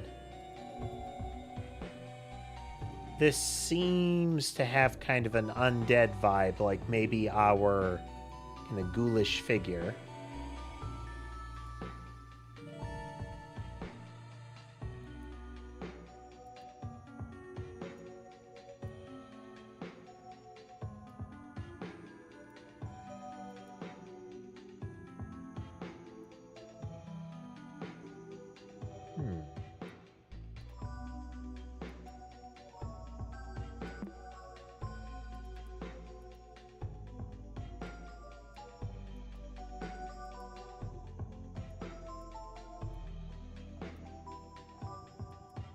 Nothing seems to have changed there.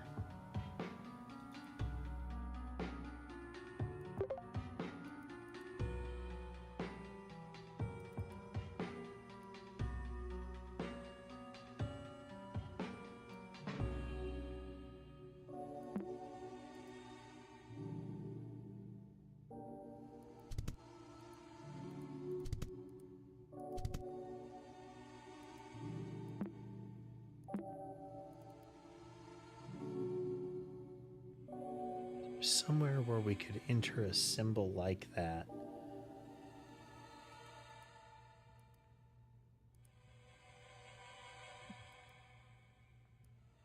This kind of puzzle is a lot of fun, though. You know, it might take a while to figure it out, but that's part of the charm, you know? Oh. 5 2 something.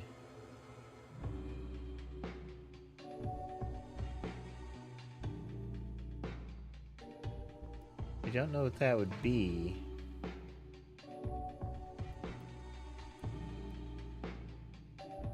Five and 2 is equal to 7, but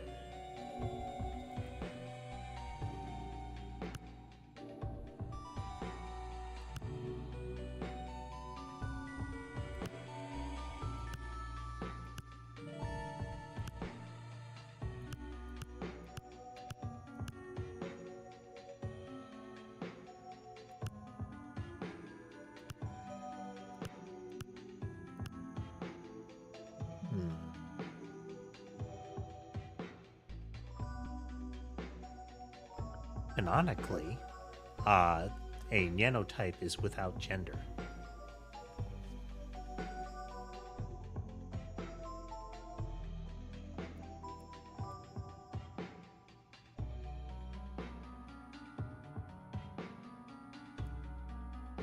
What could we be doing? Because again, this looks like 5 2 something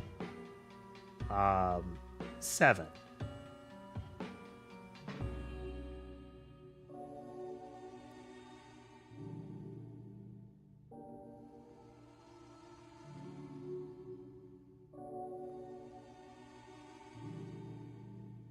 Of any numbers that would match that one.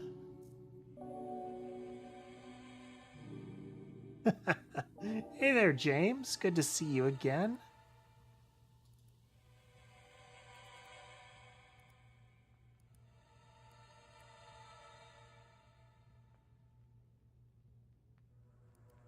That symbol B.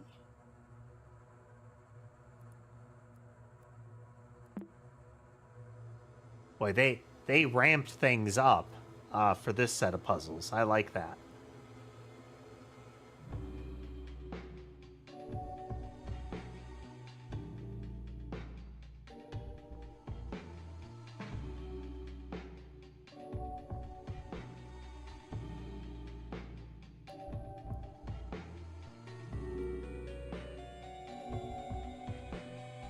No idea what this is supposed to be.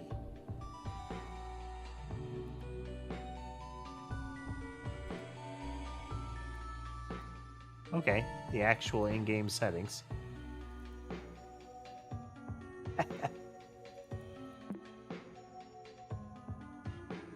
It does.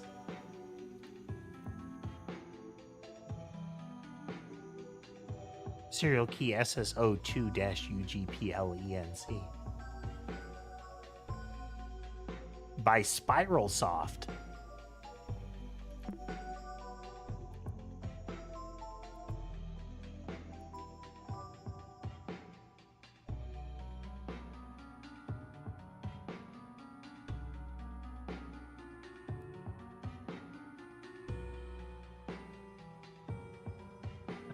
Good old Spaceballs.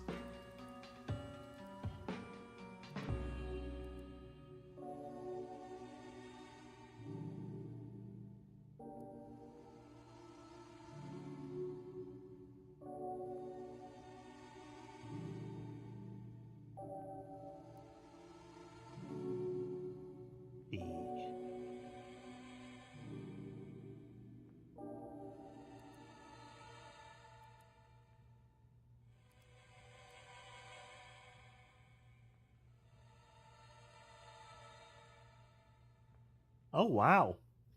I mean, I'm cautious, you know.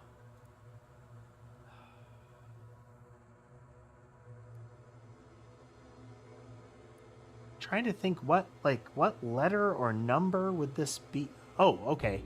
526. Let's try 526 equals 7.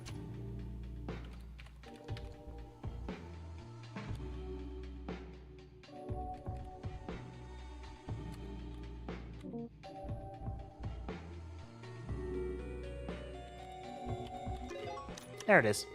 5267. Isn't it cool? I wish I could forget it to experience it again.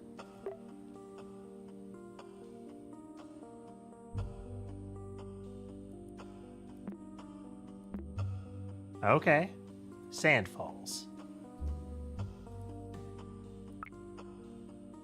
Approach the mirror to get a clearer image. Without thinking, you pass your fingers through its surface.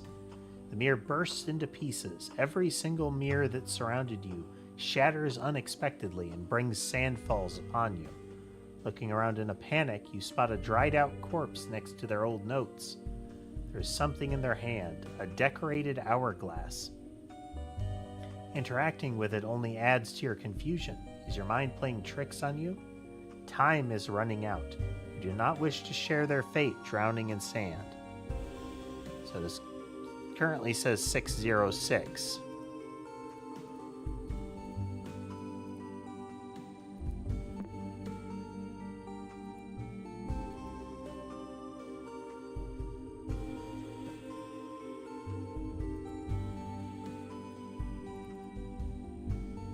Time seems to have an effect on this room. The hourglass clicks for every hour I've been stuck here. Translating my notes so far have revealed to me this poem. On a dark night, a blue moon rises with a red eye, while a red eye leaves the sky, leaving a tune from up high. Plenty blood-stained feathers fall slowly to the ground while sapphire scepters rise, as many as time decides. Okay, the time is ticking along.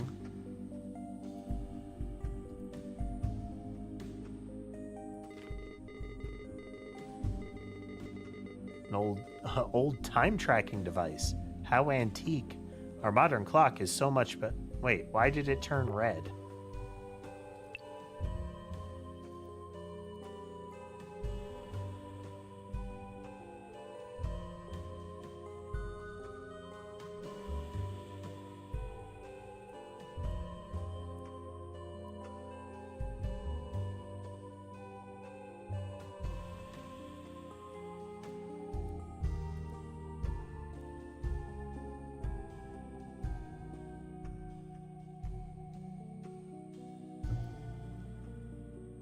So this is 3 hours, I guess.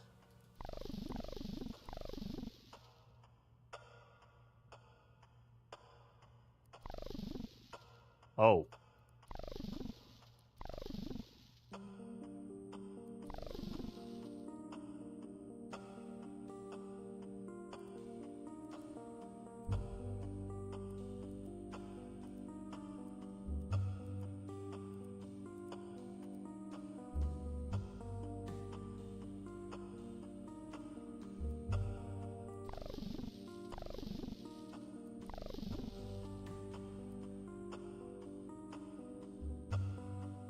Let's see, moon is 1.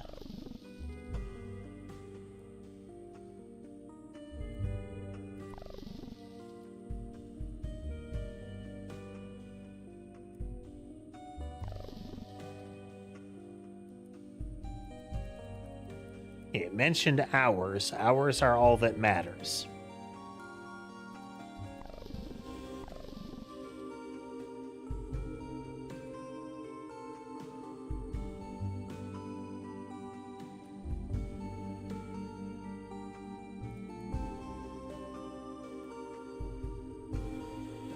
On a dark night when a blue moon rises, which is 1.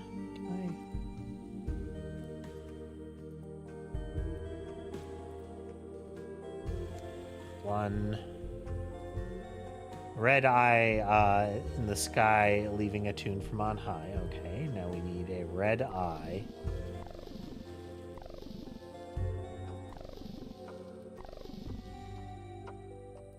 Which is 2.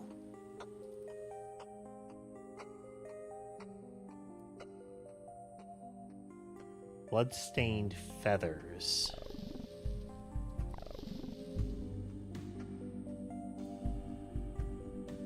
A feather?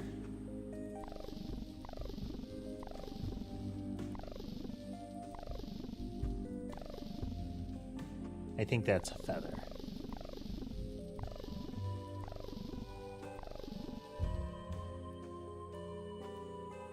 Five sapphire scepters. So we're back to blue.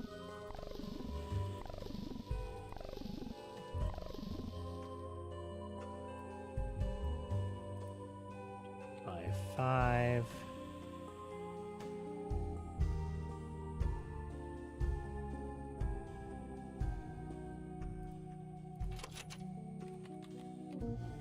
No.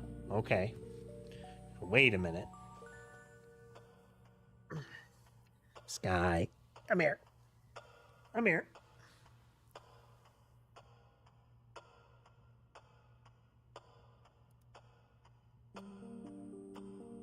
Red face is 48.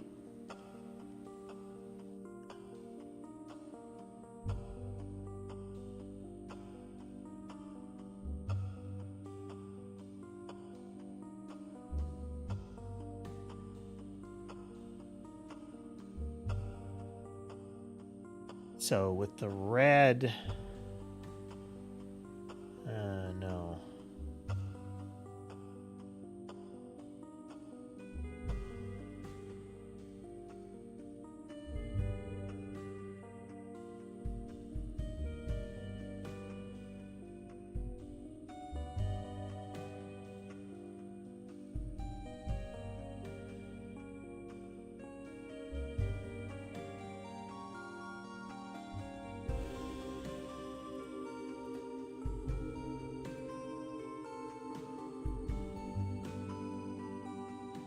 Water sigil on the hourglass.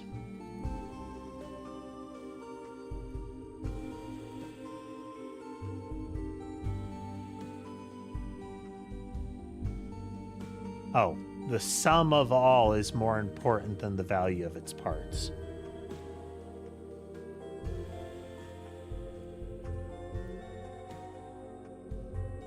Oh, 13? No.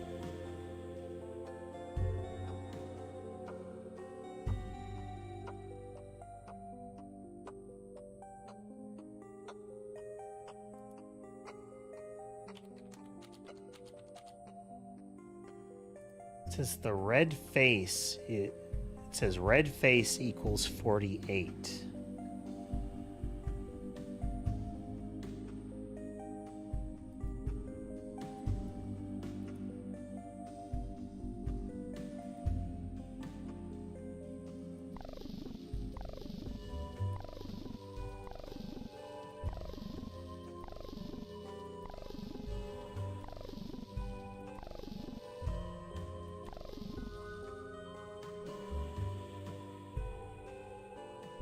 So let's, but it appears at 12.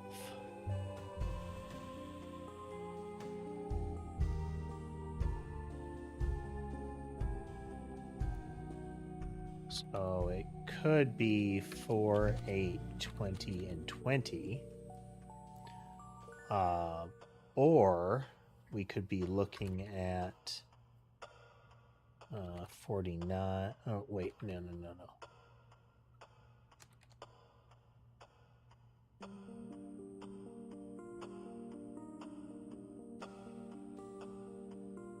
What about the blue face? When does that appear?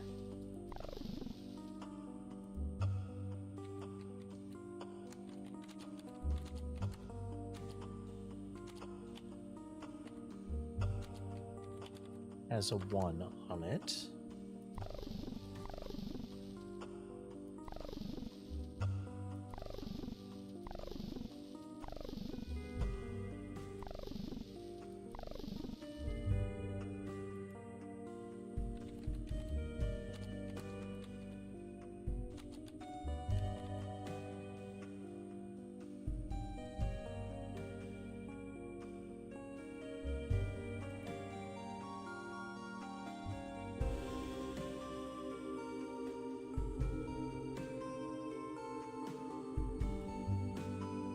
Also the tallies here.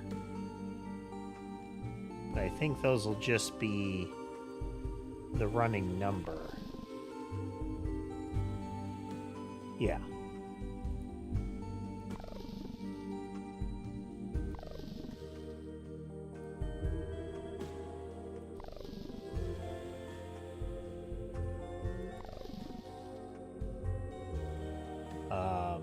Oh. How about blue moon, red eye? What if that's 310? No. Because they're in blue, red, red, blue.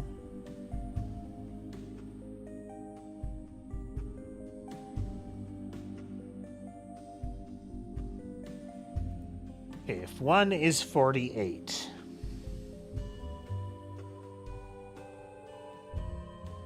and is at 4,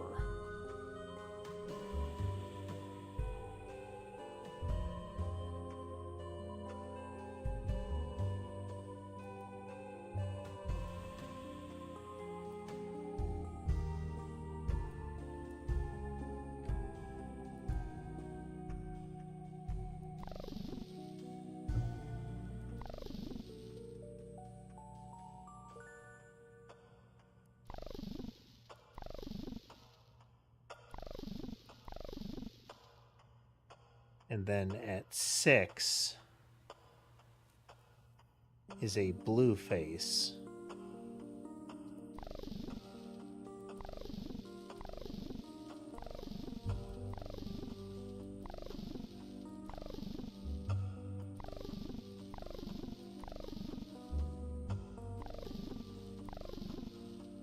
So it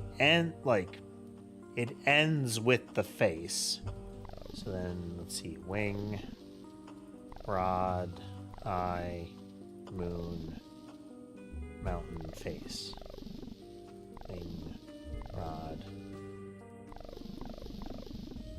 Okay.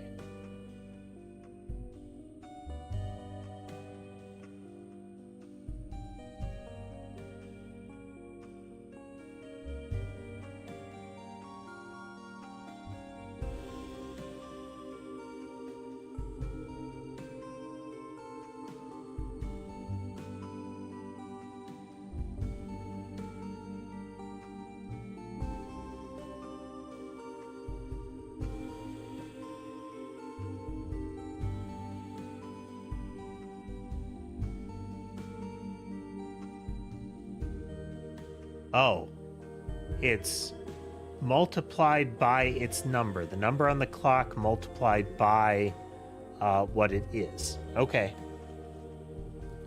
So the red face is 12 on the clock, 4 on the symbol. The blue face is 6 on the clock, 3 on the symbol. So, blue moon, red eye, red feather, blue rod.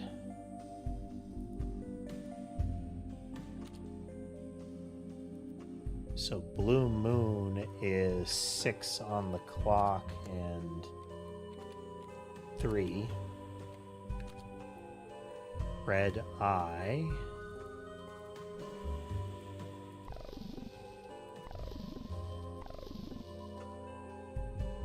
is 9 on the clock, 2 on the symbol.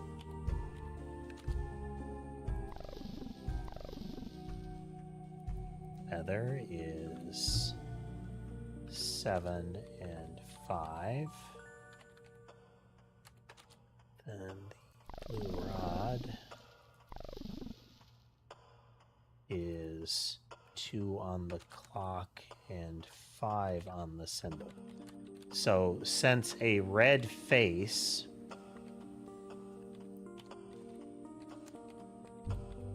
is 48, then by implication this is 18.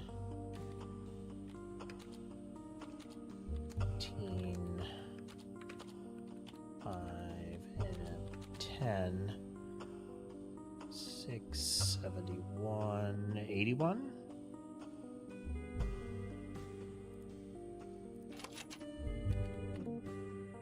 No.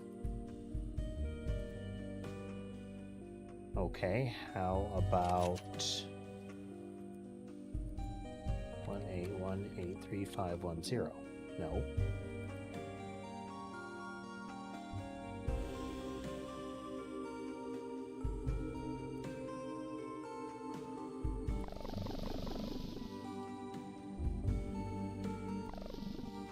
Blue moon isn't 6 on the clock. Blue moon is 4 on the clock and 1 on the symbol.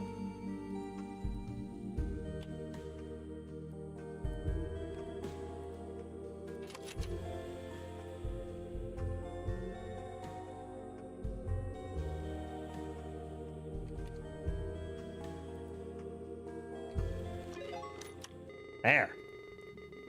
Tough puzzle. Hopefully these distractions help you forget other stuff.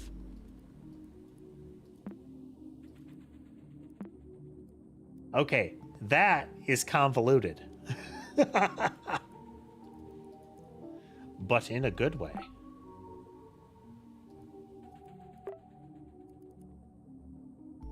Raw ore.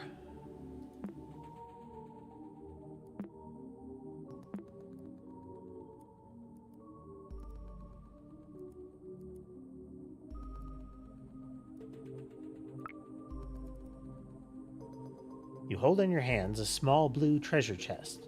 You imagine the possibilities of what could be hidden here. Ancient knowledge, buried truth, a map for an exit? Opening it reveals nothing but a lump of coal. To say it's a disappointment is an understatement. Whatever this is for, you're certain that obtaining this rock is your reward for clearing this temple's path. So we drop back out. Thoth is crossed out.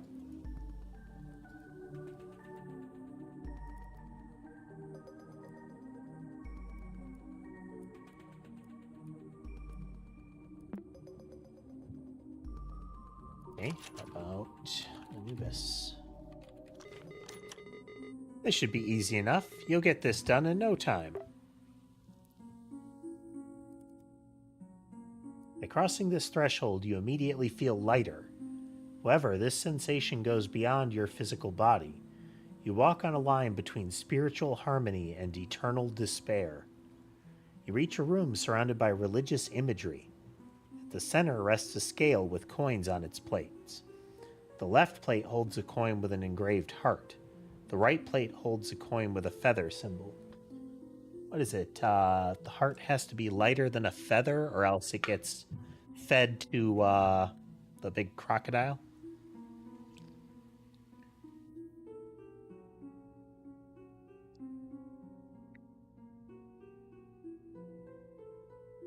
The scales are currently tilted to the left.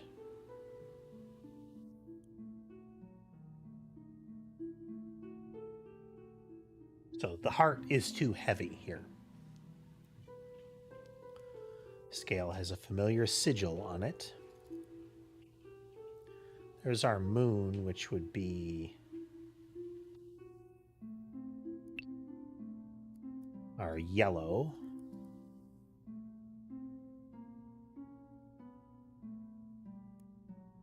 A baboon there in the middle. It's currently 90 v40.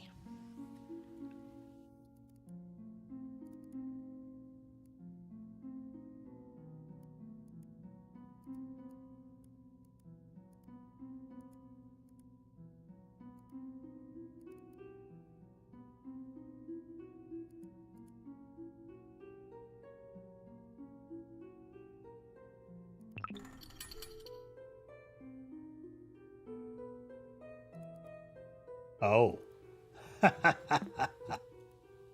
Okay. Extracted, the feather coin weighs much more.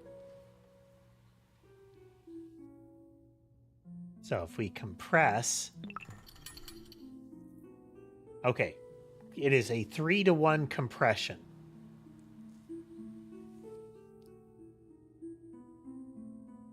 In this case, I think they wanted to balance. So, if I expand this one, well, let's see. Let's science this.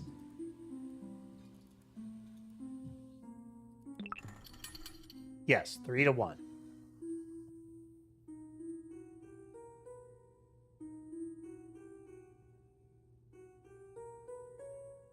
Okay, so if I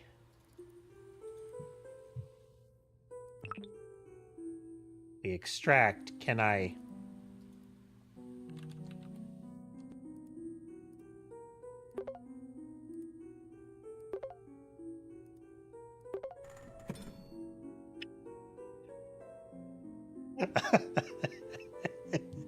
When in doubt, add more hearts. More hearts means more healthy.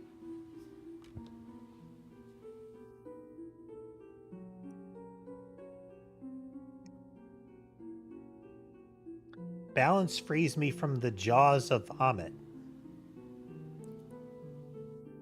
I guess.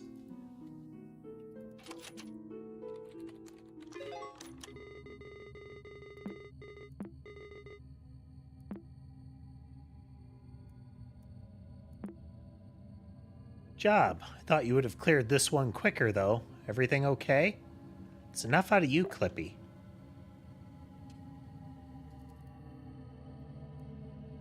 Following a voice. The clicking of scales triggers an opening on the floor. A set of downward stairs is revealed. The walls reverberate with a spiritual approval of some kind. You can't quite understand its meaning. A slightly flooded floor welcomes your descent. The religious scriptures around the walls are now partially covered with vines. I know, right?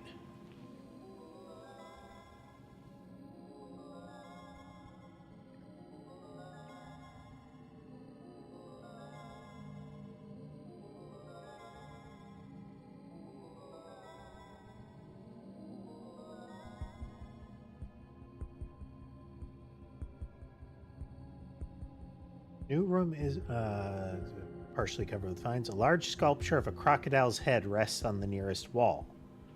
This new room is dark, but you clearly see multiple unlit torches around you.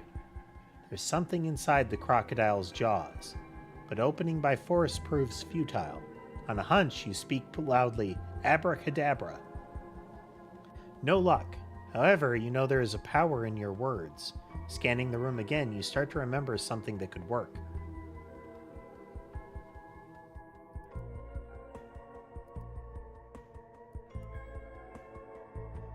Different magic word. Do not be afraid to modify files in magic word text.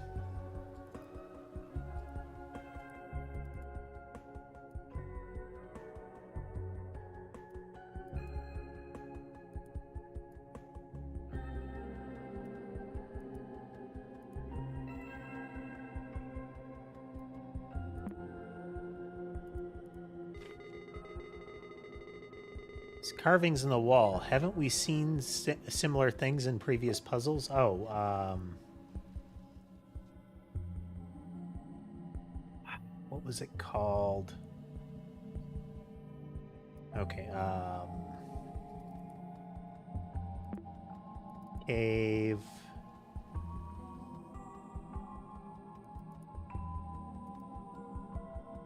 Not Fortuna. Inanna.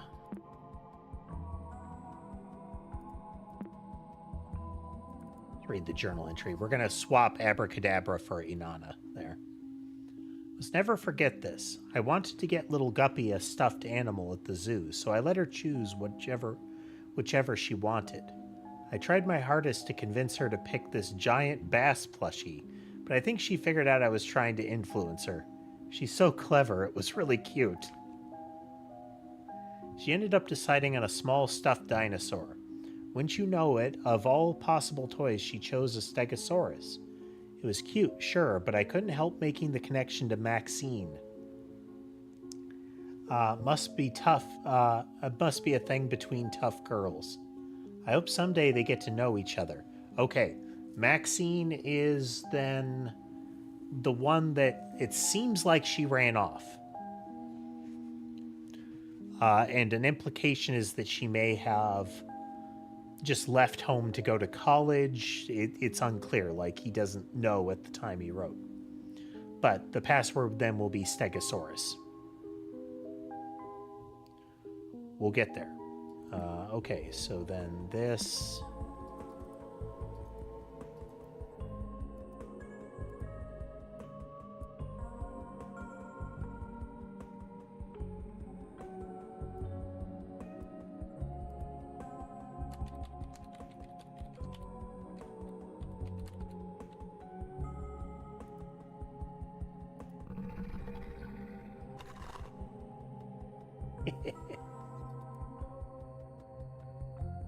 Just as at the beginning of your adventure, the moment this word leaves your lips, every torch bursts aflame.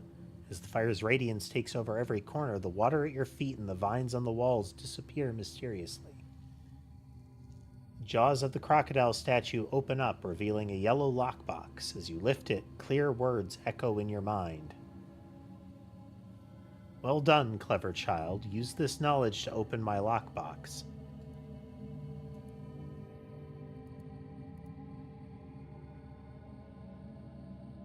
Lit room has revealed more carvings above the crocodile similar to the ones on the left wall. These images are accompanied by new markings beside each one.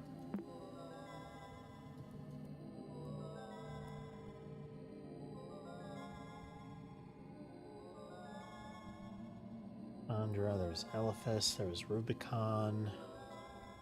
You know, Inanna is missing.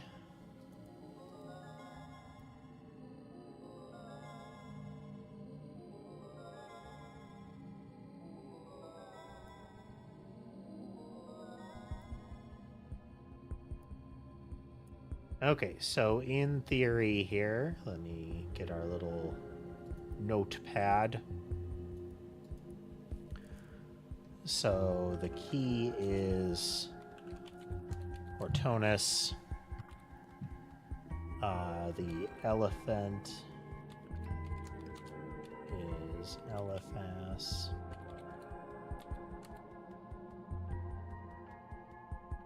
Then the torch is Donna.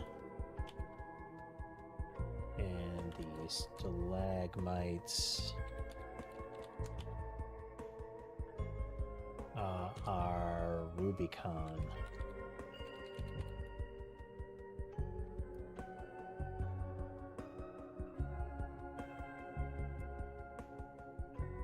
So then, in theory, we're gonna call you 1, 2. And we'll go with their markings up there. Torch is 1, elephant is 2, then the key was 4, and the stalagmites are 8. So then it is...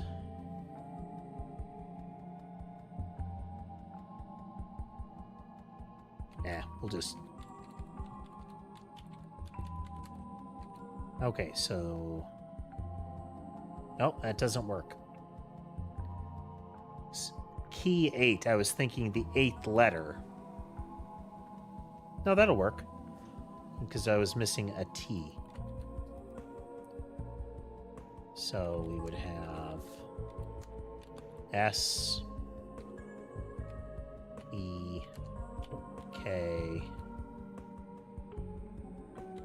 H.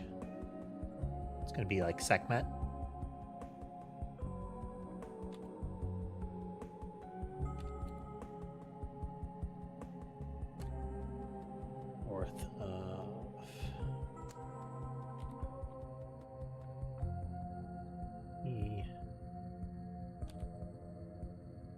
3 and 3 of the torch A are second of that U.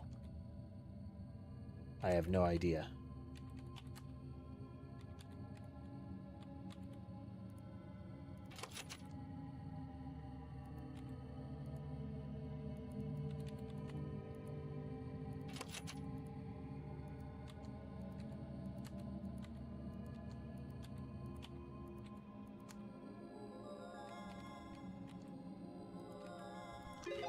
There we go. To be honest, I did not think you could do it. I guess old dogs can learn new tricks.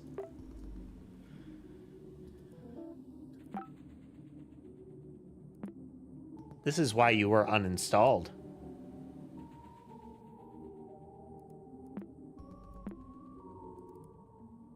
One man's trash is another man's treasure. Hold in your hand a small yellow treasure chest. You imagine the possibilities of what could be hidden here. Gold, coins, forbidden amulets, a map out of here? Opening it reveals nothing but a small note. You can't do anything with it but interpret its meaning. Whatever it means, you are certain that obtaining this message is your reward for clearing this path. Hinting the treasure is hiding elsewhere.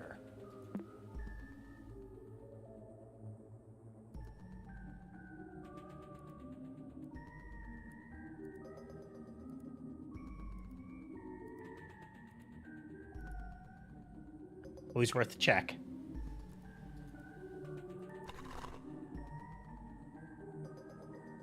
Raw it is. For science. Not case sensitive. Okay. We have lots of burning coal. 100 burning coals, it would seem.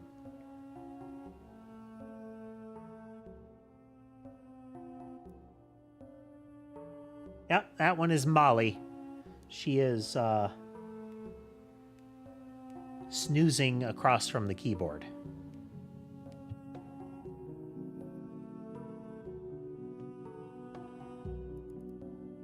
Your hands. So again, the fire marker on it. We are holding a burning coal in this image. A wave of heat hits you immediately as you cross the threshold.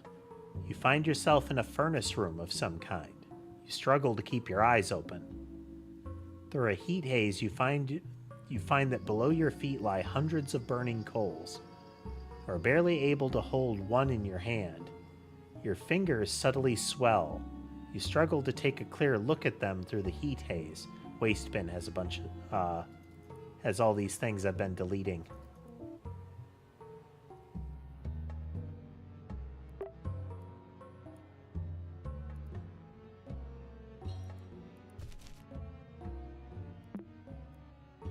Where did Topaz go?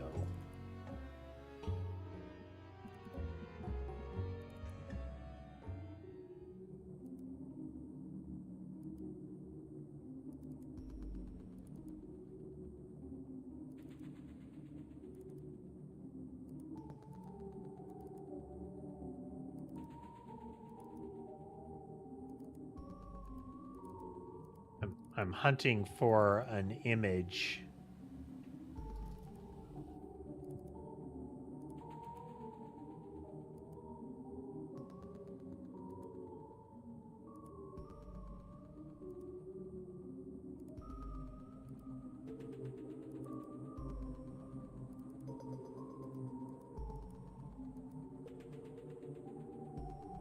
That file went somewhere.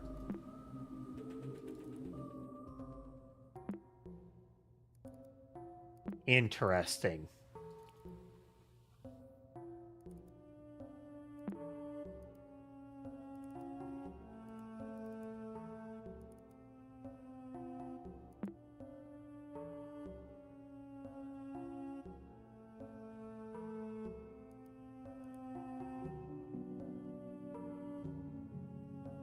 Way to see through flames.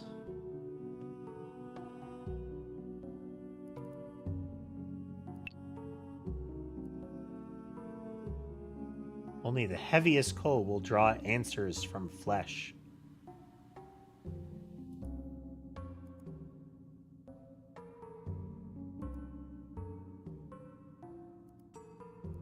Verify which order. We have 77. 5. Okay.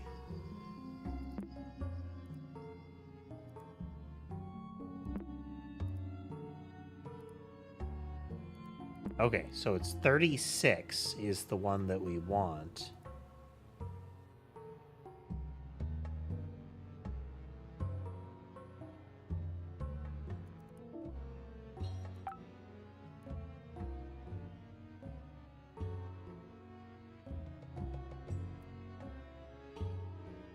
Pretty late into the night for you there.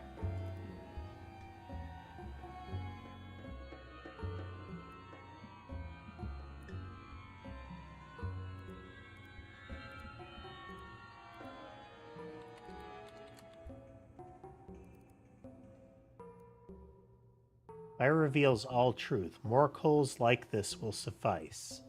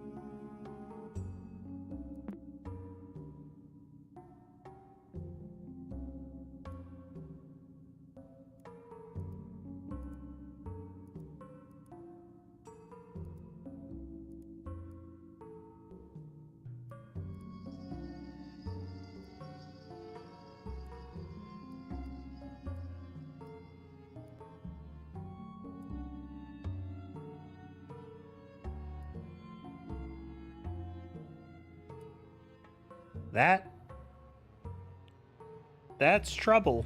3 days is trouble. I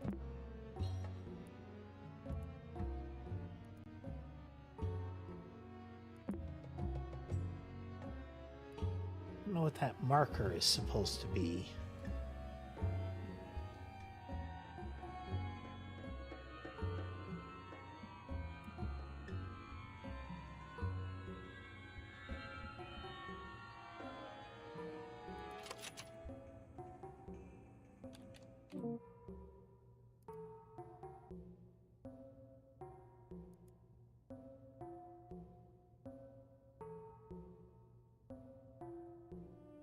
Don't know what that symbol would be.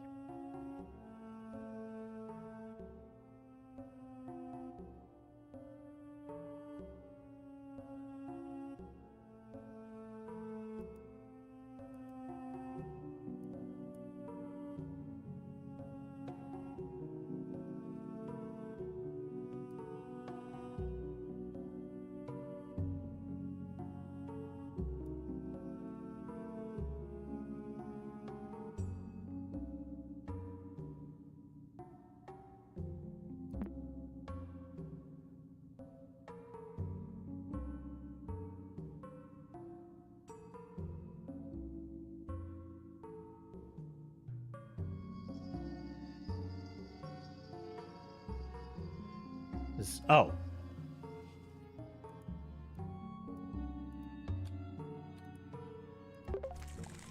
Duplicate it. Must keep going. Truth requires sacrifice. That looks painful. That is some severe burning, especially up here. The skin of the thumb has melted onto the coal.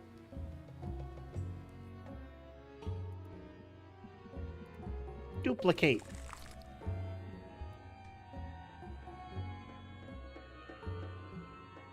Your seared flesh spells out the word Samat. Say H-M-A-T.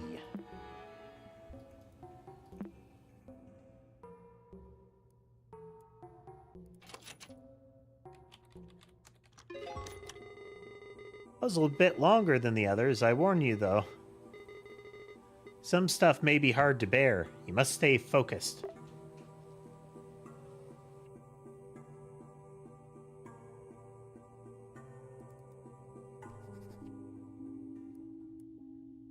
Okay, I'm convinced I've gone insane. You know what happened to my brother and mock me for it. I almost threw up when I saw the burnt skin images. I struggle to remember my phone number, and yet I clearly see my brother's skin in my mind. Okay, so the uncle saw this stuff. The uncle went through this stuff. And that implies Pizarro is referring to it as if we are our uncle.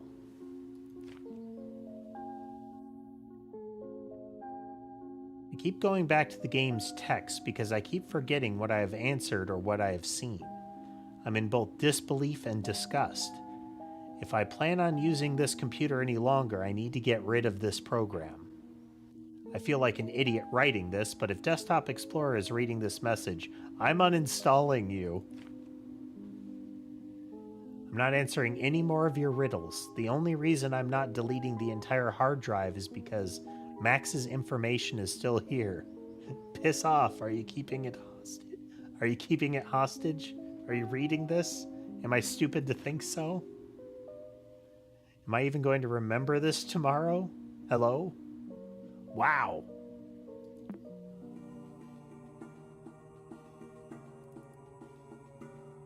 Your seared skin starts deforming, and the blisters on your hand contort into weird shapes.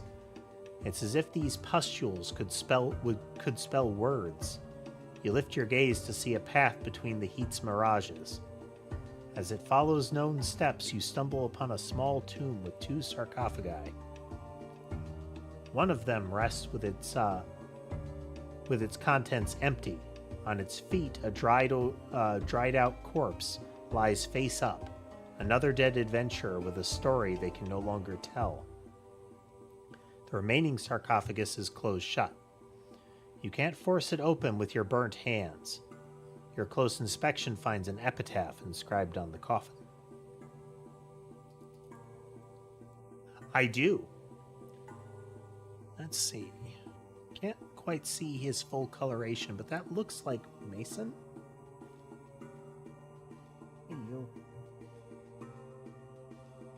Can't quite tell. Let's see. I think it's Mason. That's a pretty... No, actually, that's Sherbet. We just have the perfect camera angle to only see the solid part of his back. That's right, you.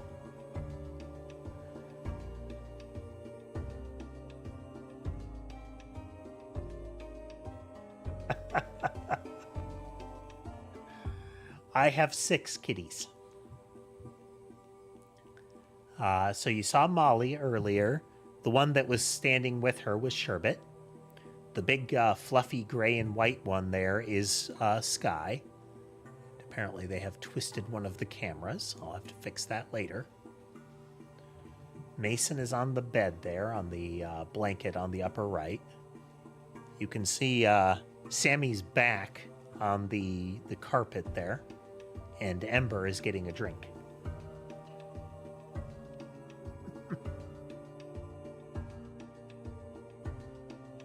The epitaph. My rule brought prosperity as I abided by the will of the gods. However, I do not wish to be remembered if my 3 most loyal servants are to be forgotten for their common blood. To the 3 who have done what no one else could, record my life as I recounted it in your logs. Understand my vision for a colorful future. Leave notes across the kingdom for my subjects to abide their pages. So we have, Whoever wishes to speak my name must first acknowledge my 3 servants. If you decide on ignoring my desires, then by the same will of the gods that made every flower bloom, your body will rot. Wow.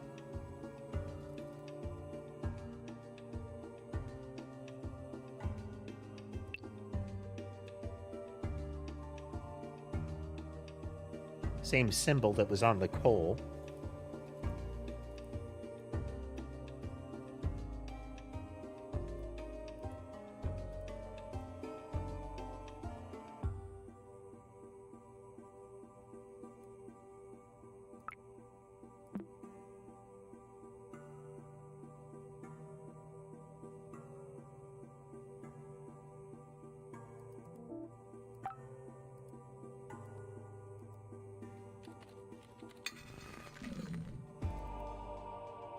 Oof.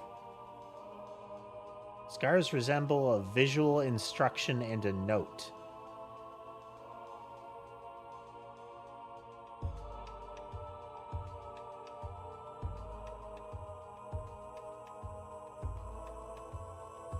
Quite literally...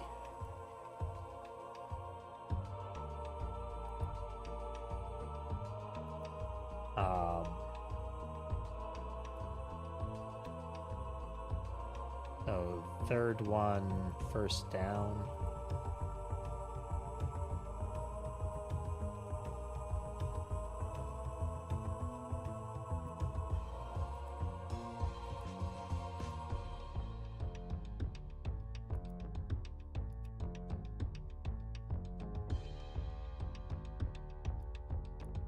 Oh, in note page here, we have a lot of the classic scribbles, including the little, the angular infinity there, but we also have the flame symbol here.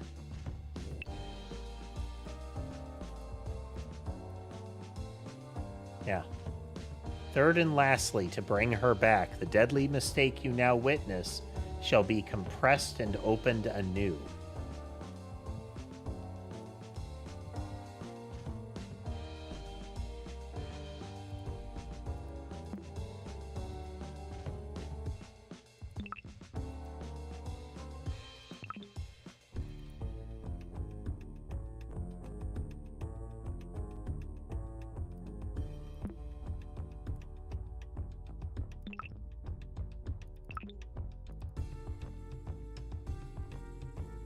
Maybe it's this one, actually.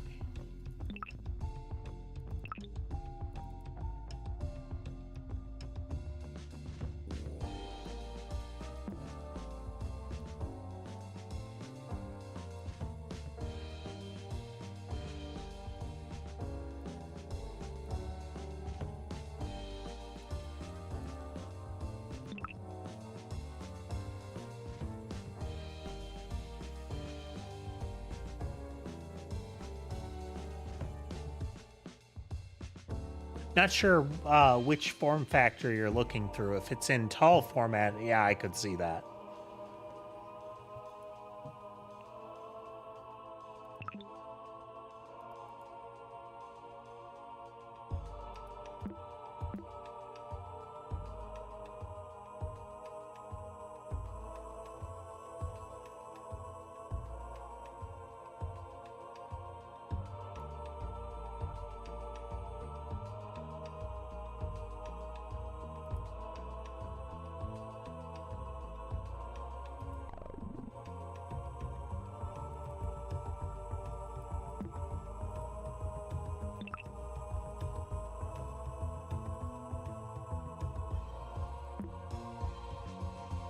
Okay.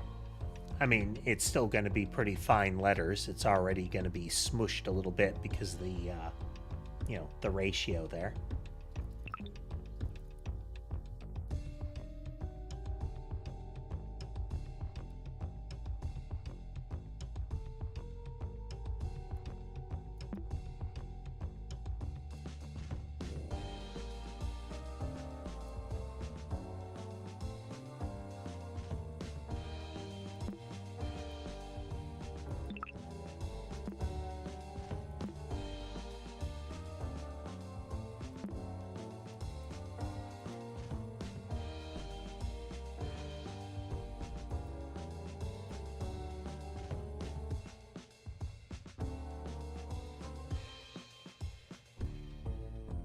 We could read their story again.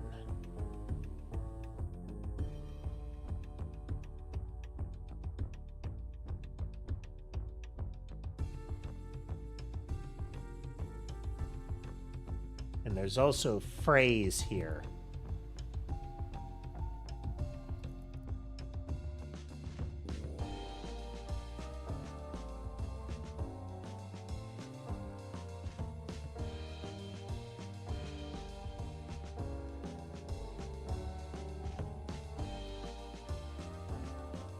And my life as I have recounted in your logs.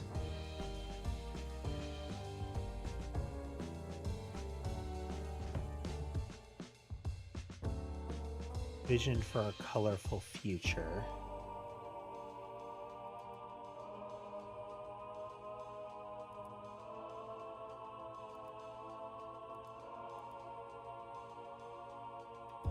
If I change it to image again.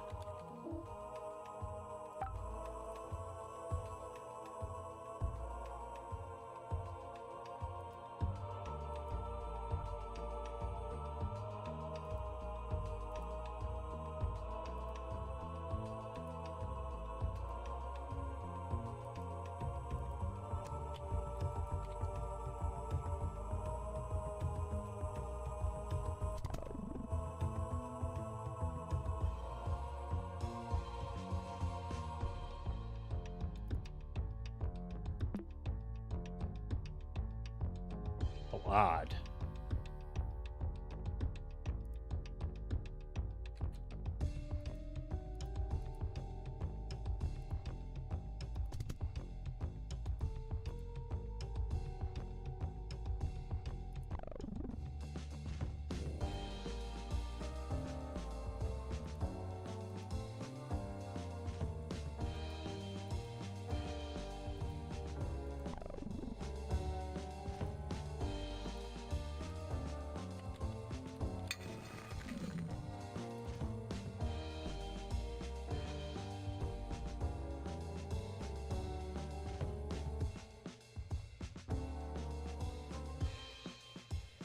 Instructions and a note,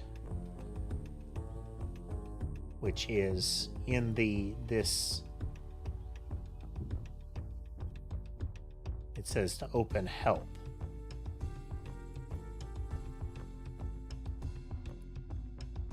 And we see use the red filter over it.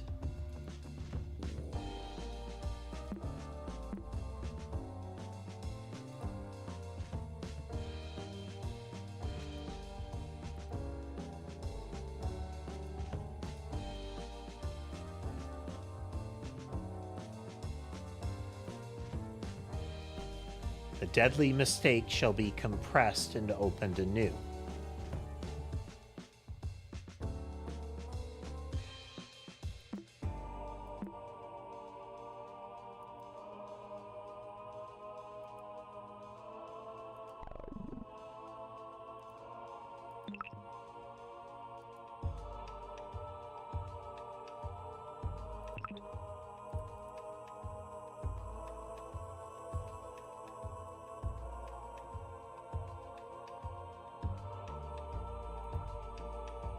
But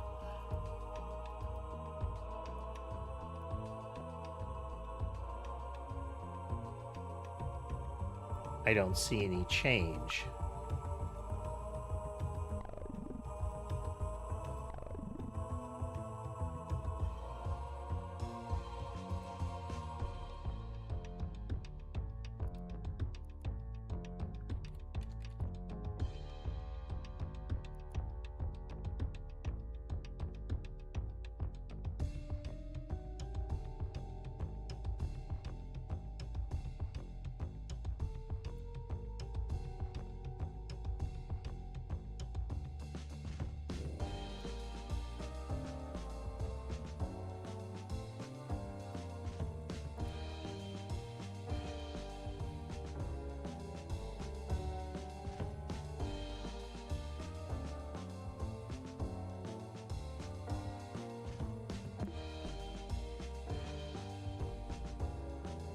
Okay, so life as I recounted in your logs.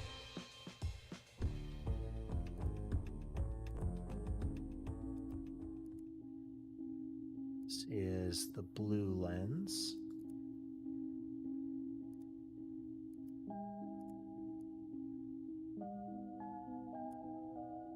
Fill our wishes. The pillaged tome shall contain the phrase, "We are incomplete without you."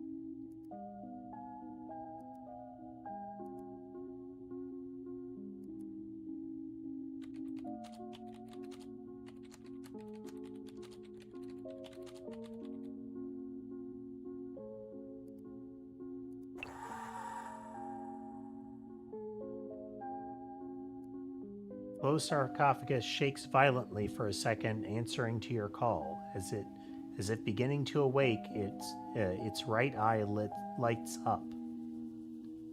It's written "lits up." You fulfilled the pharaoh's wishes. Will you honor her legacy next?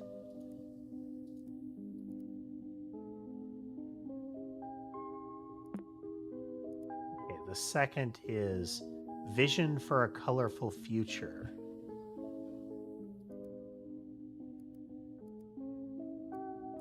Ah. The color lens has yellow text.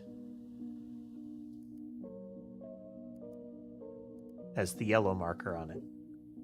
Second, to honor her legacy, speak with your newest unusual guide. Confess to them your guilt and absolve yourself from sin. Did you do everything you could to save your brother? Yeah? You speak lies. This puzzle won't end unless you're honest. Okay. This is the daughter of the brother, so this is an indication that the uncle may have been able to save her father, if this is all true. You speak the truth. The only way to overcome your guilt is what will take you away from this temple. You'll see soon.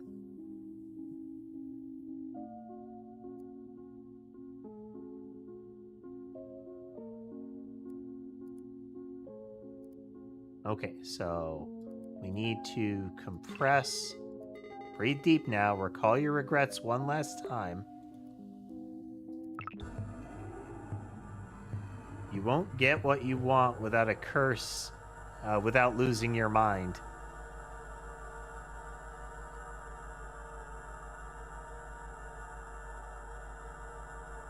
Yeah, you won't get what you want without a curse or without losing your mind.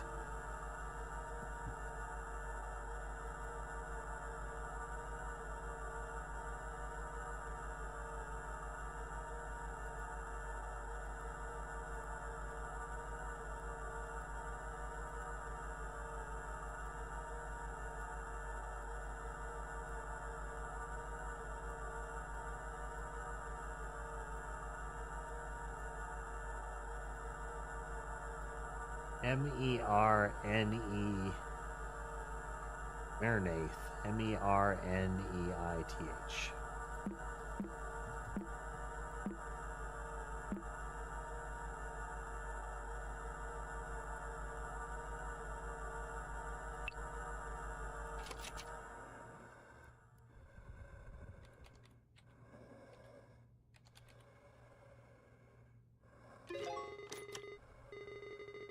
That wasn't so hard, was it? You're almost there. After this, you can forget everything and rest in the bliss of ignorance. Okay, Ruby. That topaz went somewhere. The topaz in the recycling bin.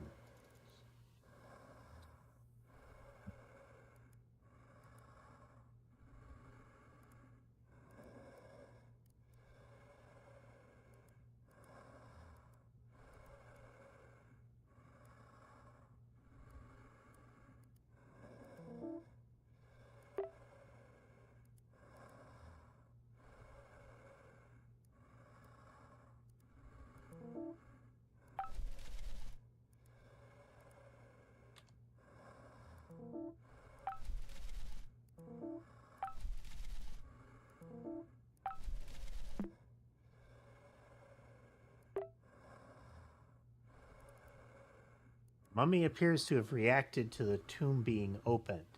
As if obeying a sacred command, its mouth opens and finally lies still. Reach inside its mouth and grasp a red gem. You know this can't be, but the corpse acts as if it is still breathing.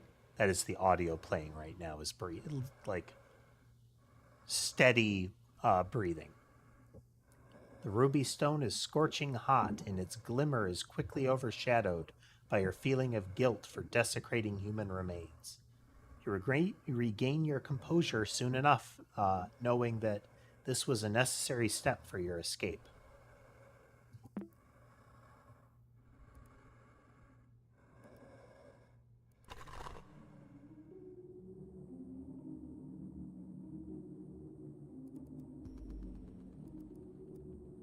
What if we...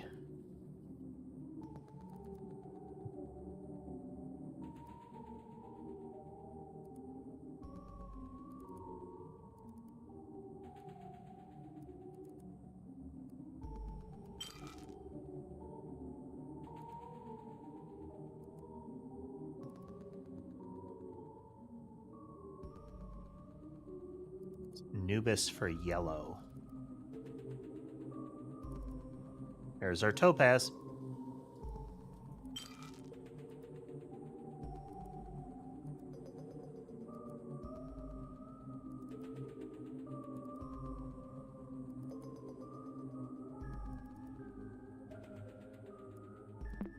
Oh, fine.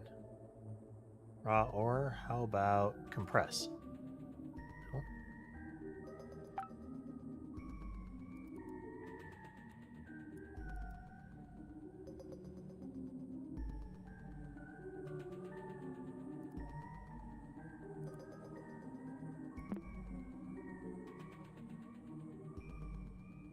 There's also the note.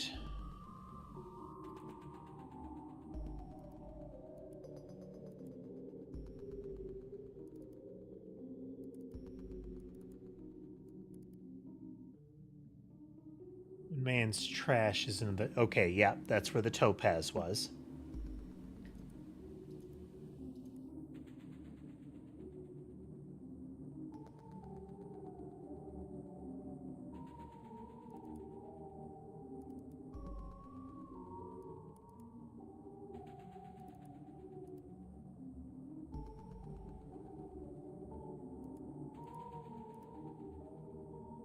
Useless rock. Perhaps many years in the future it'll be worth something.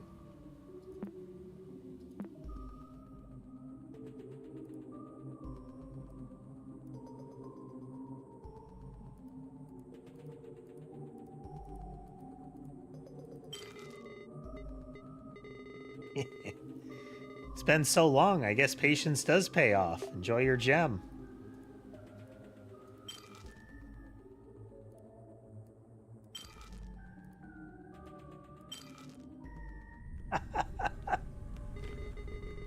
Something's happening.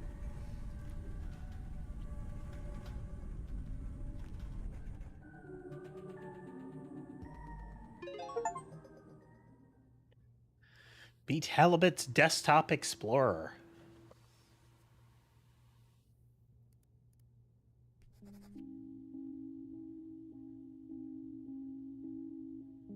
This is the first time I've used a computer for journaling. I've been hearing for years that from now on everything will be done through computers. I guess they were right. Since this is a clean slate, I guess I'll recount some of the things that have been going on lately. Everything has been rough, to say the least. Things aren't the same with Layla since Maxine's disappearance, let alone her husband's death. She gave me their computer since they both frequently used it. She thinks I'll be able to find some information about what happened. I highly doubt it, but I couldn't say no to her. Until now, I've just posted an alert on a missing teenager website. Before she left, she recited a poem in Arabic. She doesn't mention her home country often, but she told me that back in Egypt... Okay, the adoption papers. She used to listen to a lot of poetry on the radio. She even left me a signed post-it note with the translation in English. I adore the lotus's stillness unfazed. I admire the fisherman's patience. I cherish the crocodile's surface gaze. They all share a place on the river's bed. The lotus floats as if frozen in time. The fisherman deserves a second chance. Crocodile's eyes reflect my own guilt. All is forgotten on the river's end. By Layla. I hope we find her soon. Help us find. Okay, well, that link works. Wait a minute. This shifted. Yeah. State of birth, missing sense, last seen. Okay, no, that makes sense.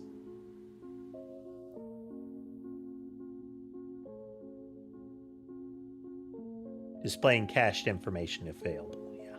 And then the sponsor links are dead because those are probably like script references, but often that would still resolve, given that this image resolved.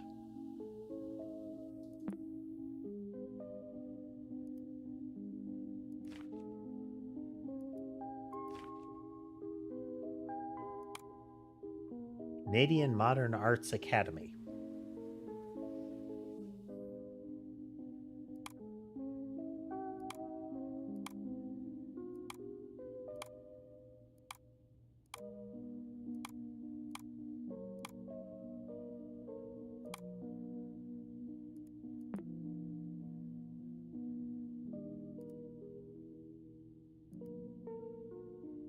This must have been terrible. I don't know if Uncle Hal finished this game. Even if he did, he wouldn't remember any of it. Ignorance is bliss? Yeah, right, it's all suffering. We barely talked about my dad, and when we did, I never blamed him for anything. Now I know he never forgave himself. Desktop Explorer reminded him of this and made him forget everything else, including me. Why? His thoughts on me, our family, and people I don't even know about, they all seem to revolve around guilt. The only thing I can be sure of are that Max is lost. Layla and Hal were looking for her, and his computer was supposed to help find her. Did the stress from Desktop Explorer influence my uncle's dementia? Did it rob me of him? Max's profile is in here, but it seems Uncle Hal never unlocked it. I need to access it. Did Max create Desktop Explorer? Did she download it? Does it have to do with her disappearance? Regardless of the truth, I know now how to proceed. Looking back, see there's the figure in the rocks again.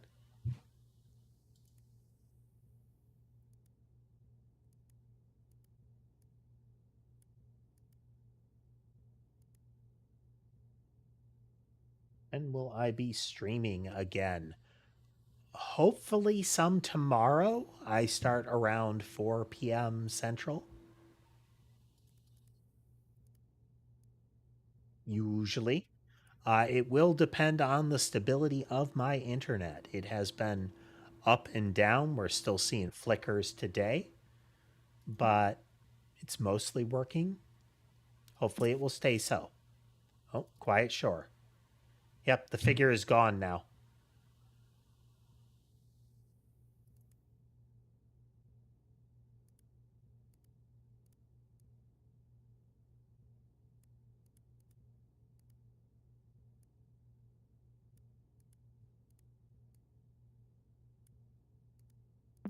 Trophy.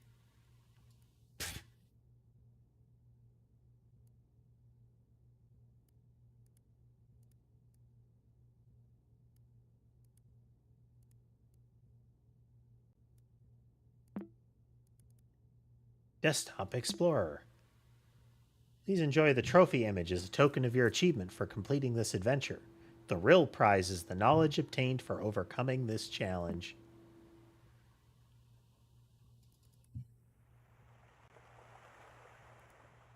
The 3 gems in the rightful place and exit to the surface was opened on the roof. You stretched your arms and reached the opening. You finally breathed fresh air for the first time since delving inside the cave. A brief look back sends chills down your spine. A familiar face blends with the darkness of the hole you climbed out. Climbed out of. After rubbing your eyes, though, you find yourself staring at the jagged surface of one of the coast's dark boulders. The cave and the temple are nowhere in sight. With each step down the shore, you forgot more and more details of what you just lived. Was any of this real? Your pulse slows down with the soothing sound of the ocean waves. When the heart can't take any more grief, it is always best to forget.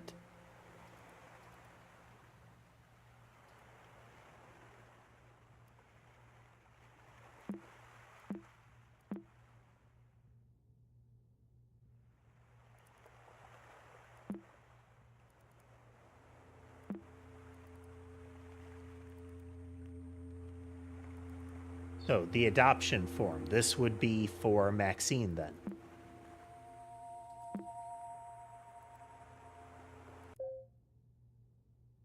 Hello, Saxus.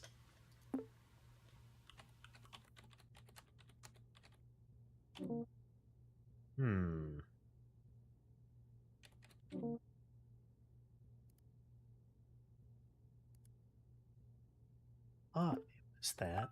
Let's check the journal again. What's good? This game so far. One, we're actually getting to stream with a little more frequently. Hopefully that'll stick.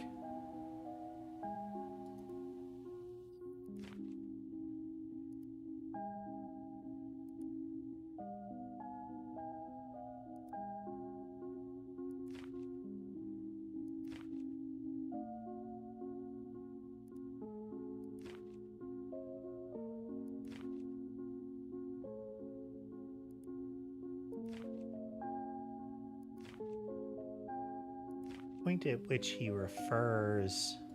You have a missing entry too.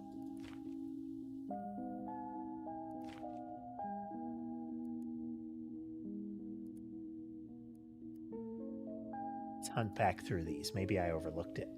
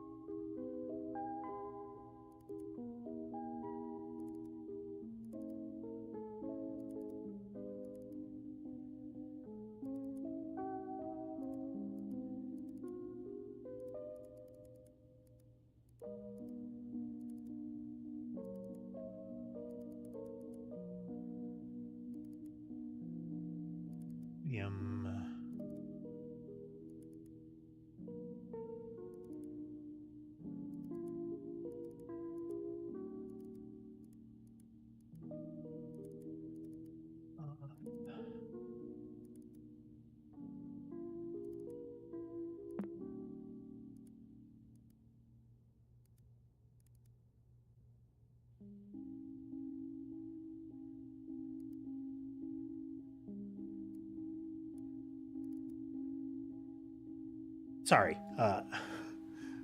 focusing a bit much. Okay, I don't see any extra files having appeared.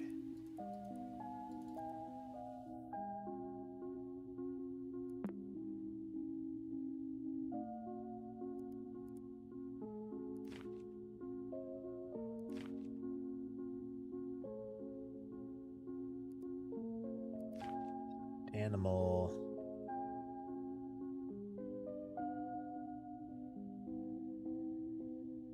Stegosaurus. Did I misspell it?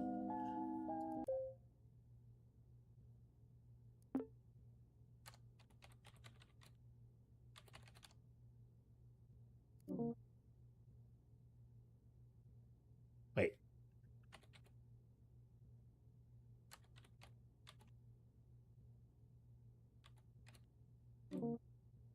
No.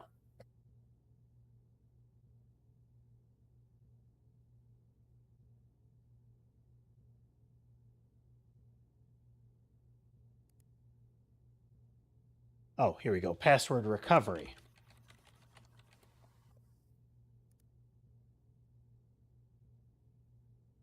Oh,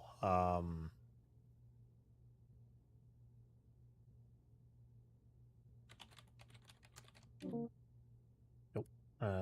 Back in we go.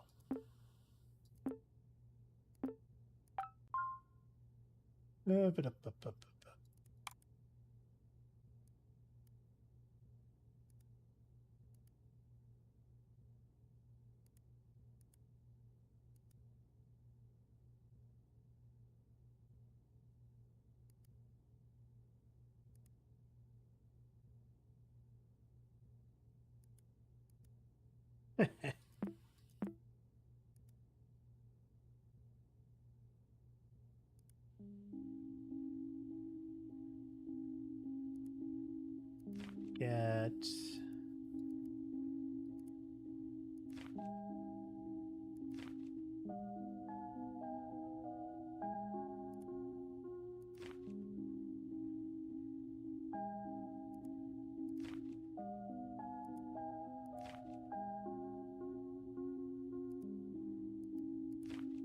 Trying to find the web page link.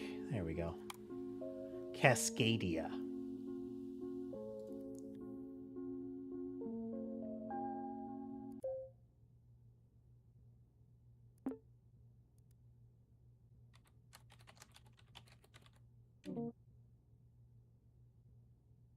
Oh.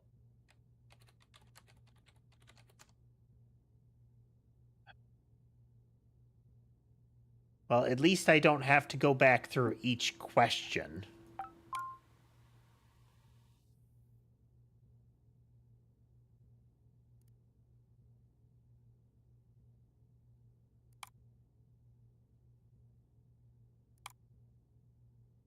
Isa.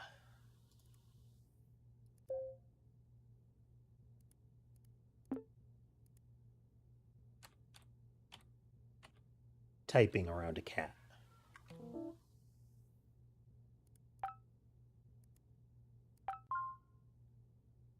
The sweaters.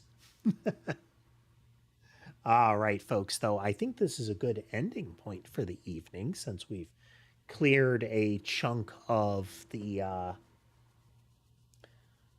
game, it would seem. So far, it's pretty good. I do like the puzzle. I do like. I feel like they have executed well on the whole creepypasta vibe of it. So we'll see how that goes. Potentially, we'll be playing more of this tomorrow. We shall see. Oh, but let me push this button and then this button. But yeah, good times so far. I'm glad everybody could swing through. I do wish the connection had remained fully stable, but it is what it is. And it was stable enough. And ideally, it will be stable enough tomorrow. I hope everybody had fun watching today. I'm glad everybody could swing through. Hey, if you like what you saw and would like to see more, remember to like, follow, subscribe, comment. All those buttons are generally good, and I'd appreciate it if you press them. Helps the channel grow. If you'd like to consider financially supporting the channel, you can do so through the platform-specific means like memberships and subscriptions, as well as through other options that you can find in the link tree that are in my video description and bio. Now, with that said, I hope the rest of your day is good, and I will see you next time.